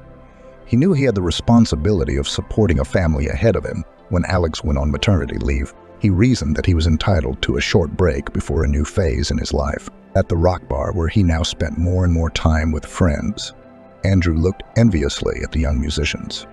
He realized that many of them could stay in this forgotten town forever, and some, like Samuel, had great futures ahead of them. Watching them, Andrew realized that he could have done things differently with his life. A man only lives once, and he doesn't have time for unloved causes and people. But commitment seemed to hold him captive like a snare. In the back of his mind, he wanted to scream in despair, seeing his prospects in life not working out the way he wanted it to. But his friends did not guess anything. Andrew skillfully hid his true feelings. They thought the guy was just a little nervous about getting married and having a baby. That's normal. Andrew didn't try to change their minds, suffering alone and desperately hoping that things could still catch up, not now, later, in a couple years. His plans weren't overridden, just put on hold for the time being. As long as this swamp doesn't swallow it up. It was on one of those nights at the bar, when Alex stayed home and Andrew enjoyed some freedom, that he met Scarlett. Tall, dazzlingly beautiful, long hair falling in waves down to her waist, tight jeans revealing her flat stomach. She showed up surrounded by her girlfriends. They were also pretty girls, but all their virtues paled against Jean's beauty. Andrew hadn't taken his eyes off her since she appeared in the hall. He was not the only one, by the way. His friends had already left, but Andrew was still sitting at the table, drinking beer and watching. He liked everything about her. Her smile, her loud laughter, her gestures. Scarlett was clearly a leader among her friends, and in general in life, it seems. The girl caught Andrew's eye a couple of times, and then a small miracle happened. She invited him to her table. Most of her friends had already left by that time. 2 silent girls remained, who did not interfere with the conversation between Scarlett and Andrew. In the course of the conversation, it became clear that the young men had much in common. Scarlett was a couple years younger than Andrew and had also been raised without a father. Grandmother and mother insisted that the girl after school entered the law school of the local university, and Scarlett herself, as long as she can remember, dreamed of becoming an actress. She was attracted to the stage, creative environment, metropolitan life. You're really going to be a great actress, Andrew assured the new acquaintance sincerely. With that kind of appearance, terrific. You'll have directors fighting over you. Thank you. Scarlett smiled without the slightest embarrassment. I think so too. But I wasn't ready to argue with my mom and grandma at that age. Not like now. Scarlett had listened to her older female relatives at first, and then as she grew older and stronger, she declared that she was an adult and would no longer allow herself to be manipulated and in charge of her own life. Anyway, today I picked up my documents from uni. I'm not going back there again. In a couple of days, the train, and I'll leave for New York forever. Even if I don't become an actress, I'm not coming back here again. Andrew looked admiringly at the girl. How wonderful she is. Scarlett, unlike him, didn't betray her dream despite external pressure. She wasn't afraid to drop out of college and go to Newark into the unknown. She's like Samuel in that way, and Scarlett is bound to win. With that kind of looks, character, and assertiveness next to this girl, Andrew suddenly thought himself worthless and cowardly. But this unpleasant feeling did not last long because Scarlett suddenly kissed Andrew. Andrew was dizzy with surprise. Is this for real? Such an amazing girl liked him. "You're awesome," Andrew informed Scarlett, pulling her slightly away. Huge brown eyes resembled two dark eyes. Someone could so easily drown in them. Why don't you keep me company? Come with me to New York. It feels like you're cramped in this city too. It'll be easier on the two of us. Andrew was dumbfounded and stared at his beautiful interlocutor. She sensed him so subtly, knew everything about him at once. That's amazing. Yes, of course, he nodded. I'm with you. The moment Andrew said it, he genuinely thought he'd deal with problems like Alex in the wedding. He'd figure something out later. Well, he couldn't say no to such an amazing girl. Andrew might never meet another girl like her again. Probably never, because there's definitely no one else like her. That night, Andrew left the rock bar with Scarlett. She was driving her own old foreign car that her grandfather had given her for going to law school. Scarlett drove the car delightfully, beautifully. Andrew admired her confident movements and slim profile all the way. And now they were outside the city, in some deserted field, a deserted place. Scarlett stopped the engine, turned to Andrew and smiled. How could they resist? They met the dawn, lying in each other's arms on the sprawled-out seats. But that moment Andrew had no doubt. He would break up with Alex. He wouldn't give up the baby, of course, but there would definitely be no wedding. Telling Alex the truth wasn't easy at all, but Andrew wasn't going to cheat either. Why is that? He's not doing anything wrong. He met someone else, fell in love. That's just the way it happens. Andrew isn't Alex's property. He's a free man who's free to do with his life as he pleases. But Alex looked at Andrew with eyes that held hope, adoration, love, and tenderness. Looking into those devoted eyes, it was hard to tell the truth. Andrew felt like the ultimate scoundrel as he directly shared the news with his ex-fiancée. Alex, it's like she passed away, as if Andrew's words had caused her physical pain. Tears came to her eyes. Are you in a hurry? You don't know this Scarlett at all, do you? Beautiful girl, you're young. I can understand it all. A fling. But why take it out on me? If you want New York so badly, let's go together. There's nothing keeping me here anyway. Andrew felt anger boiling up inside him. That woman doesn't understand anything at all. He wants to go to New York to start a new life, the one he's dreamed of for so long. Maybe even make it as a rock musician. If it doesn't work out, he'll work in his newly acquired specialty. New York is a city of opportunity. No way he wouldn't have the load of an obsessive Alex, and he certainly didn't need a baby there. Alex cried, begged, apologized. Andrew never realized why. The guy was angry, insulted the girl, trying to hurt her. He realized that he was being cruel to Alex, but angry words were his way to break the connection with the annoying girl, to turn her away from himself. And so, Andrew found himself on a new round of his life adventures, leaving the familiar world, hopes and perhaps illusions for the dream of a future which he imagined much brighter and more intense. At the same time, his actions and decisions were not exempt from the guilt and burden of responsibility he felt toward the child. Andrew tried to convince himself that his decision was not an escape, but a step toward finding himself, toward being able to live the life he chose for himself, not the one chosen for him. However, the road to self-discovery and self-realization is rarely easy and cloudless. He had to go through trials and possible loneliness, being away from his familiar surroundings, from the sometimes heartwarming comfort of home, relationships in which, despite conflicts and disappointments, there were moments of sincerity and warmth. And the journey into the unknown with Scarlett was full of expectations and hopes. Common dreams and goals brought them together. But only time would tell if they would be able to pass all the obstacles together, if they would retain the strength and devotion to each other that seemed so obvious and unshakable at the beginning of their journey together. Imagining what will become of his life in a few years is a kind of mental test for Andrew, a test of maturity and the ability to take responsibility not only for his own life, but also for those he leaves behind. Perhaps there will always be a place in his heart of regret for the path he has chosen, and at the same time, pride in the courage to live his own way. One of the most difficult questions Andrew finds himself facing is how to be a good long-distance father and how to stay connected to his child despite the circumstances. He envisions his future in the big city as a time of great opportunity, but also as a challenge in which he will have to learn how to combine personal aspirations with caring for his loved ones. Andrew leaves behind not only the past, but also a piece of his heart, with the hope that in time he can find a way to reconnect with its inhabitants without losing himself and his dreams. The grandfather put aside a tidy sum of money for his grandson's account each year. It was, in his opinion, the necessary startup capital for every man. And now, when this money was needed, it came in handy. With this money, Andrew was able to rent an apartment for himself and Scarlett. They lived on it for the first time, while they still had to find a job. His grandfather, grandmother, and mother constantly sought to contact Andrew. They were probably anxious to express their dissatisfaction with his decision. It seemed to them that they could somehow influence the situation, maybe even force him to return home. However, the young man ignored these attempts at communication. He explained everything to his relatives in a letter and preferred not to have any conversations with them until they were calmer. Time will sort things out. After I get a job and get settled, I'll have a chance to do something nice for them.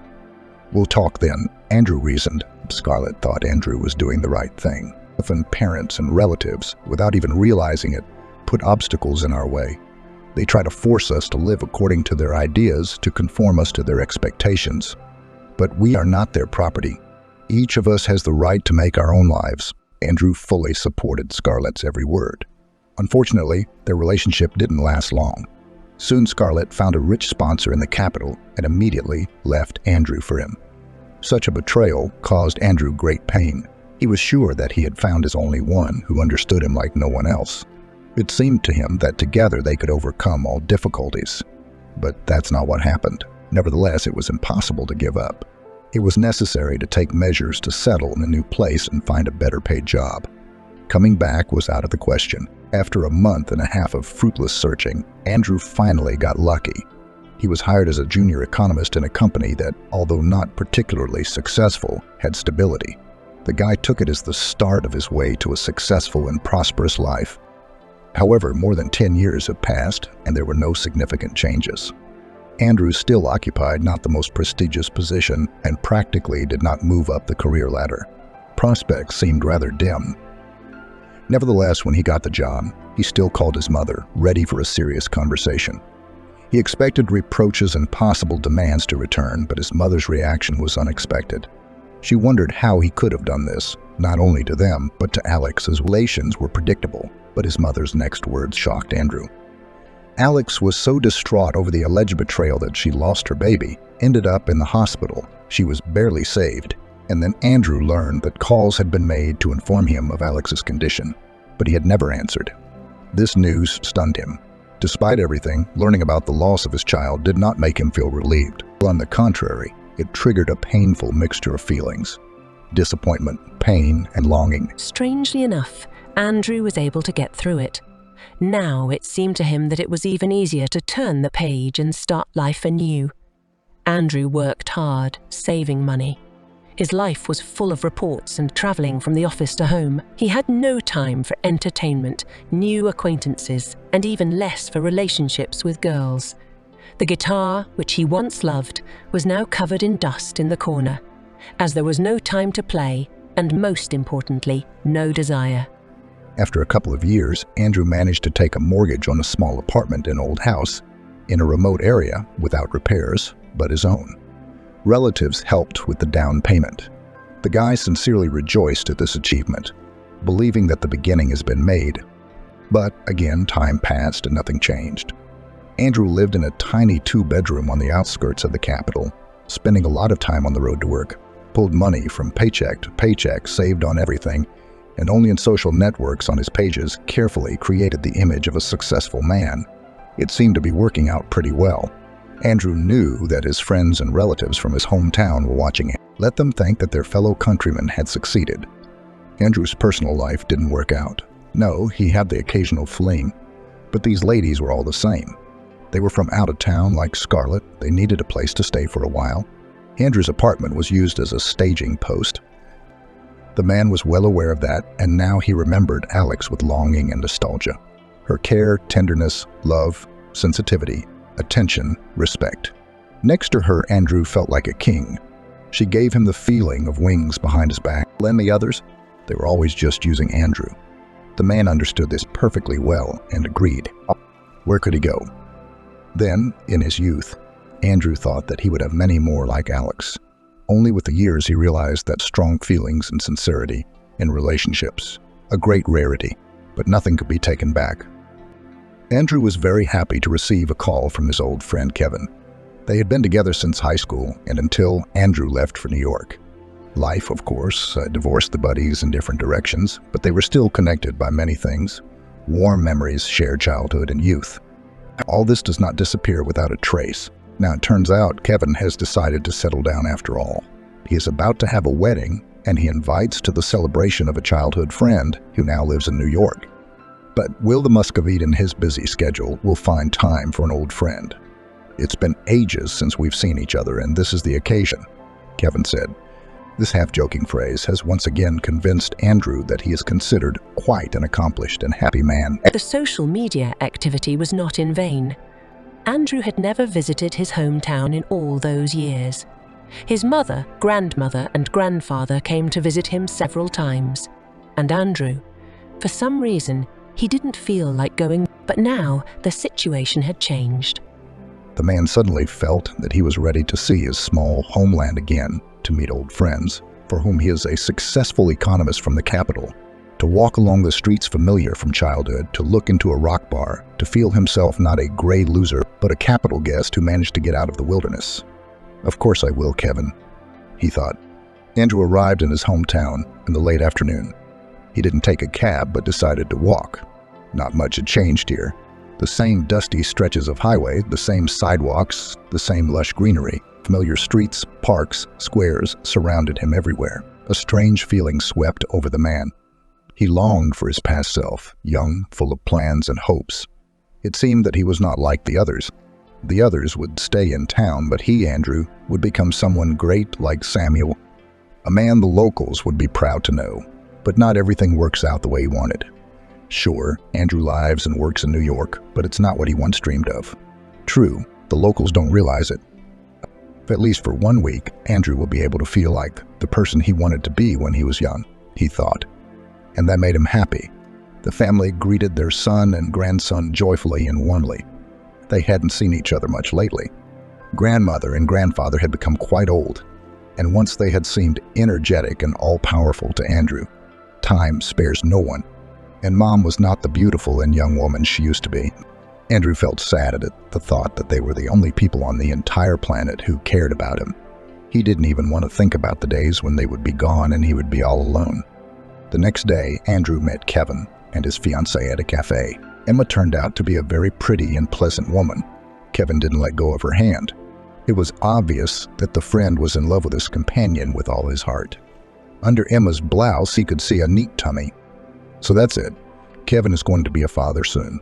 That's news, Andrew thought, but reflected on the fact that he'd have a teenage child by now if it weren't for, who knows, maybe if that baby had been born, Andrew would have come back from New York to him when he realized things weren't working out in the capital.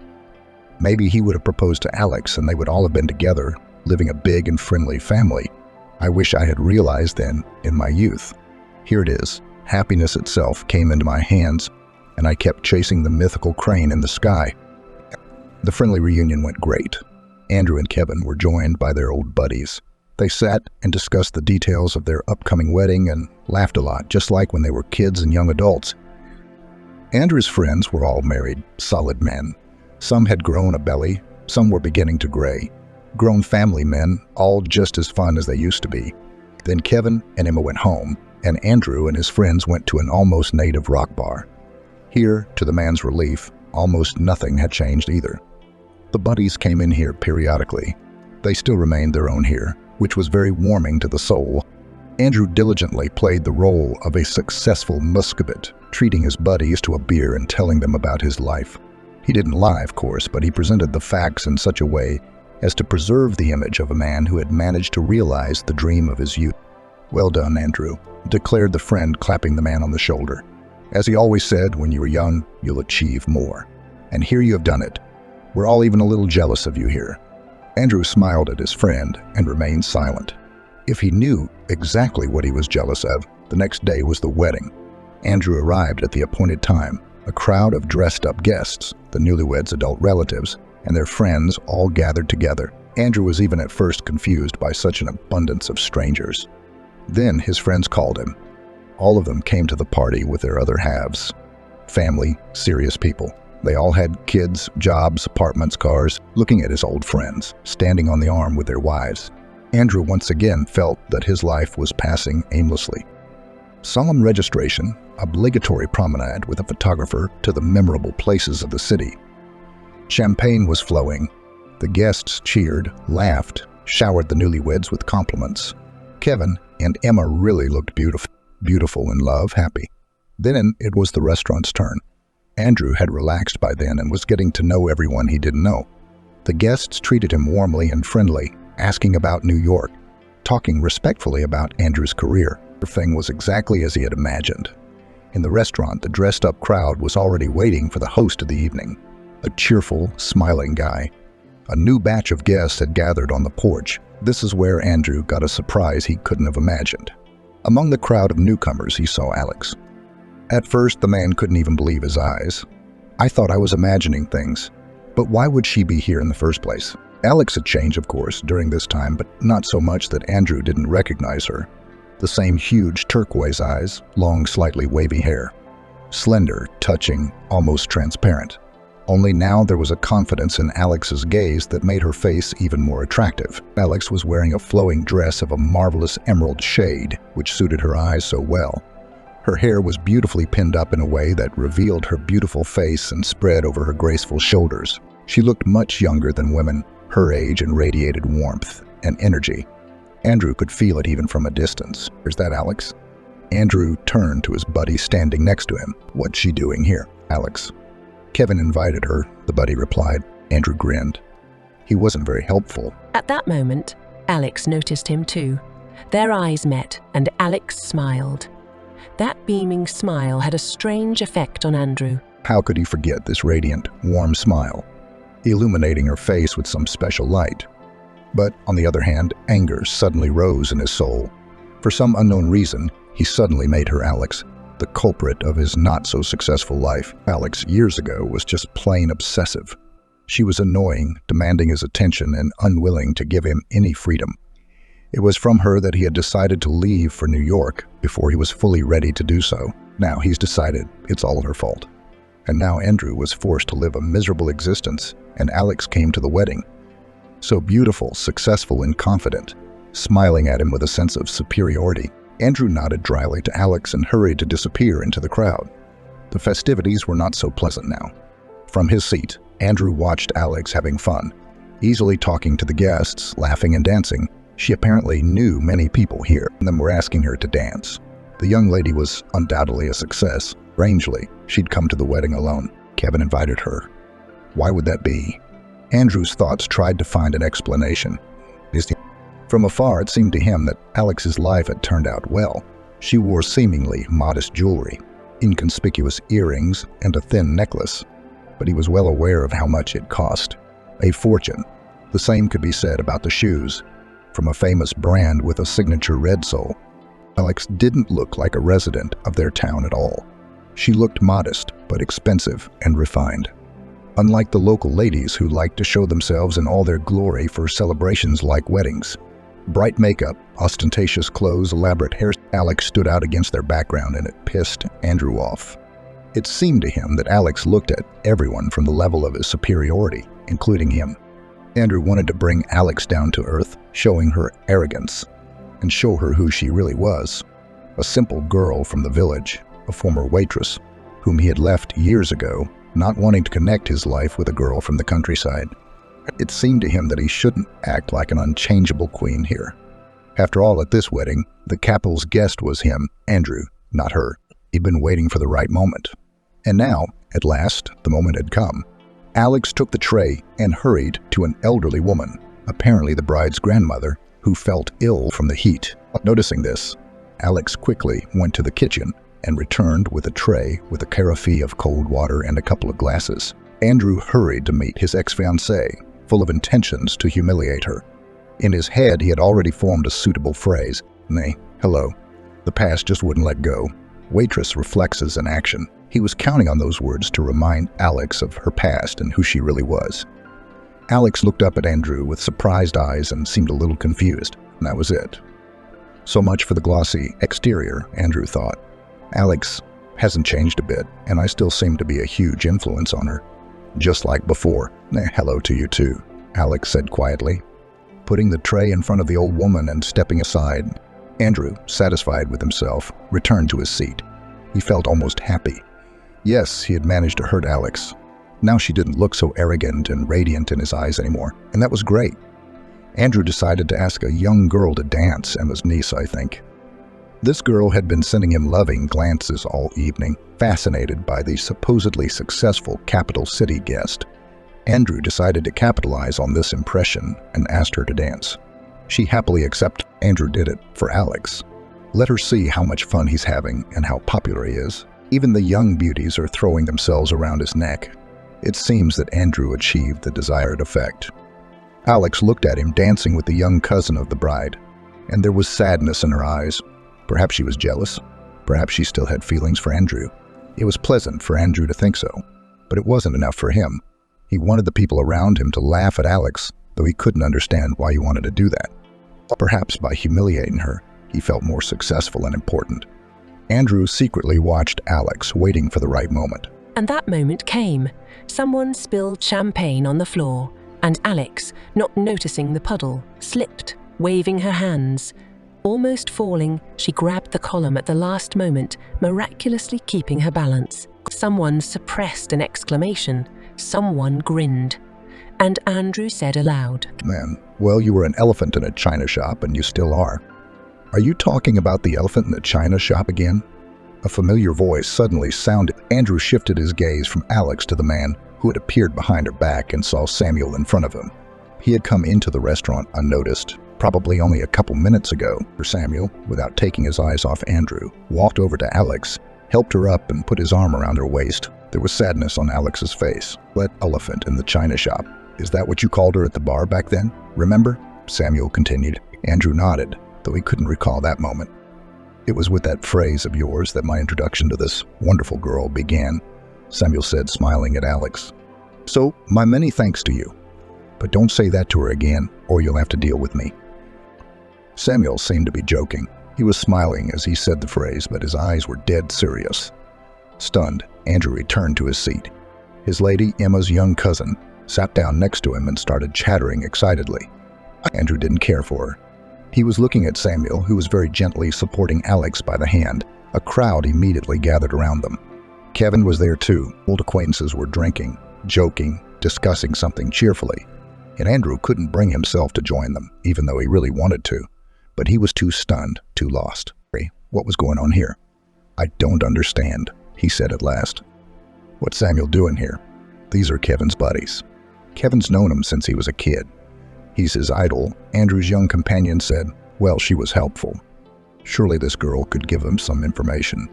And Emma's cousin gladly told all she knew. It turns out that Samuel, who has already made quite a good career in New York, often visits his hometown. He has parents here who did not want to leave their small homeland, but also friends, of course. Samuel all this time continued to communicate with Kevin and his buddies. They often met at the rock bar. Andrew would have been in that hangout too if he hadn't left. So gradually, they all developed an almost friendly relationship. Alex, he met her at the same rock bar. They say that she was insulted by some guy right in front of Samuel. The girl shared the details. And it was because of that he paid attention to her. He liked her right away. Samuel fell in love with her, even wrote a lot of songs for her. In my opinion, these songs of his, which are for Alex, are the most beautiful. But Alex, I think she was in love with someone else at the time. She had some kind of unhappy love affair. Weird. Who could resist Samuel? This one was hoping, expecting something from her old boyfriend. He was said to have done her a bad turn, left her before the wedding, I think. So she was in a terrible state at the time. Emma said Alex was even in the hospital. I don't know what happened to her, but Andrew did. He knew why Alex was in the hospital, because she was so distressed. She lost her baby, their baby. Kevin and Emma told me. Alex didn't go back to work at the rock bar. She went to her family in the country, and Samuel found her, got her address from some people he knew and went. Samuel himself. It's such an amazing story. I never would have believed it could happen. Don't believe in fairy tales after that. Yeah, it's a really unique story. For some reason, Andrew was picturing it all very vividly. It was like watching a movie. Samuel goes to a rock bar every night hoping to meet the waitress who charmed him. Of course, he learned all he could about Alex from mutual acquaintances. Kevin and the other buddies all knew, of course, that Andrew had dumped Alex before the wedding and left for New York. The guys, they understood the friend, especially since he wasn't going to give up the baby, and even supported him. Approve of the deed. Well, anyone can fall out of love, but dreams should come true, Kevin said in a deep voice when he heard Andrew was leaving. Samuel saved Alex, pulled her out of the depths of despair. He was there for her during the most difficult time of her life. At first, Samuel came to her village every day. Every time, he'd pour himself out in a lovely way. Young Alex, says she, it's strange, but she didn't want to be with him. How is that possible? I can't imagine. Such a man. And she must have loved the old one, the one who left her on the eve of her wedding. But Samuel kept visiting her. It's so romantic. And of course, Alex melted. And they've been together ever since. What? They got married. Andrew saw a press report about Samuel's wedding, but there were no pictures of it online. And Samuel preferred to keep his private life private. Andrew had no idea that Samuel's wife was Alex. Alex, the woman he'd run away from years ago and still had feelings for. Why else would he suddenly have this strange desire to humiliate her in front of everyone? Yes, they got married. The wedding was here, by the way. Both of them didn't want to make a big fuss about it. It was a quiet, low-key affair. Then they flew to New York and live there now. They flew here to visit Samuel's parents for a couple days. Kevin found out about it and invited them to the wedding. Pretty cool, huh? Alex got here first. Samuel had some urgent business to attend to, but here he is. Really, they make a great couple. Andrew looked at Samuel and Alex. They were sitting at the other end of the table surrounded by guests. Samuel gently put his arm around his spouse's shoulders, and she put her hand on his knee. Idle, they really did look like a harmonious couple and looked simply gorgeous together. Andrew suddenly realized that he was the one who wanted to hug Alex and look into her eyes. He was the one who wanted that woman's smile. He would never again meet someone who would love him so genuinely. Andrew had tried many times, but it was all wrong. He destroyed his happiness years ago with his own hands. And now his reality is he works for pennies, lives alone, no friends, no favorite woman by his side, no children. The man who was once his idol and whom Andrew still sincerely admires, Samuel, considers him a scoundrel. And rightly so, by the way. They have children. Andrew's companion, as if reading his thoughts, completed the picture of Alex's current happy life. She had no idea that Andrew was the cruel bridegroom who left his bride before the wedding. Otherwise, she would hardly have spoken to him in such a friendly manner. The boy and the girl are twins. I've even seen them. They're so cute, like the babies in the commercials. Andrew felt like a jerk. First, he wanted to make a splash with the people he knew, to come here as some sort of metropolitan visitor. Successful, more accomplished than his small-town friends. At least for a couple days, to feel like someone more important than he really was. And Alex. Wanting to humiliate her was pathetic and ridiculous too. She was doing so well in her life that his attempts to ruin her mood looked silly, to say the least. Andrew couldn't stand being here any longer. The very atmosphere was weighing on him. The sight of happy faces, familiar faces from the past, made him sick. It was not enough to start behaving inappropriately in front of everyone. Andrew felt that he was close to smashing a plate on the floor, smashing the wall with his fist in the end, or even worse, crying. He was cut short by a cloud of all sorts of emotions. Andrew realized he had to leave, silently, quickly, without saying goodbye to anyone. Samuel himself was here. It was unlikely that anyone would notice Andrew's disappearance now. The man got up and headed for the exit. Hurry, hurry, hurry, to get away from here. I don't care where. It was not a matter of the first importance. And so Andrew wandered through the night streets.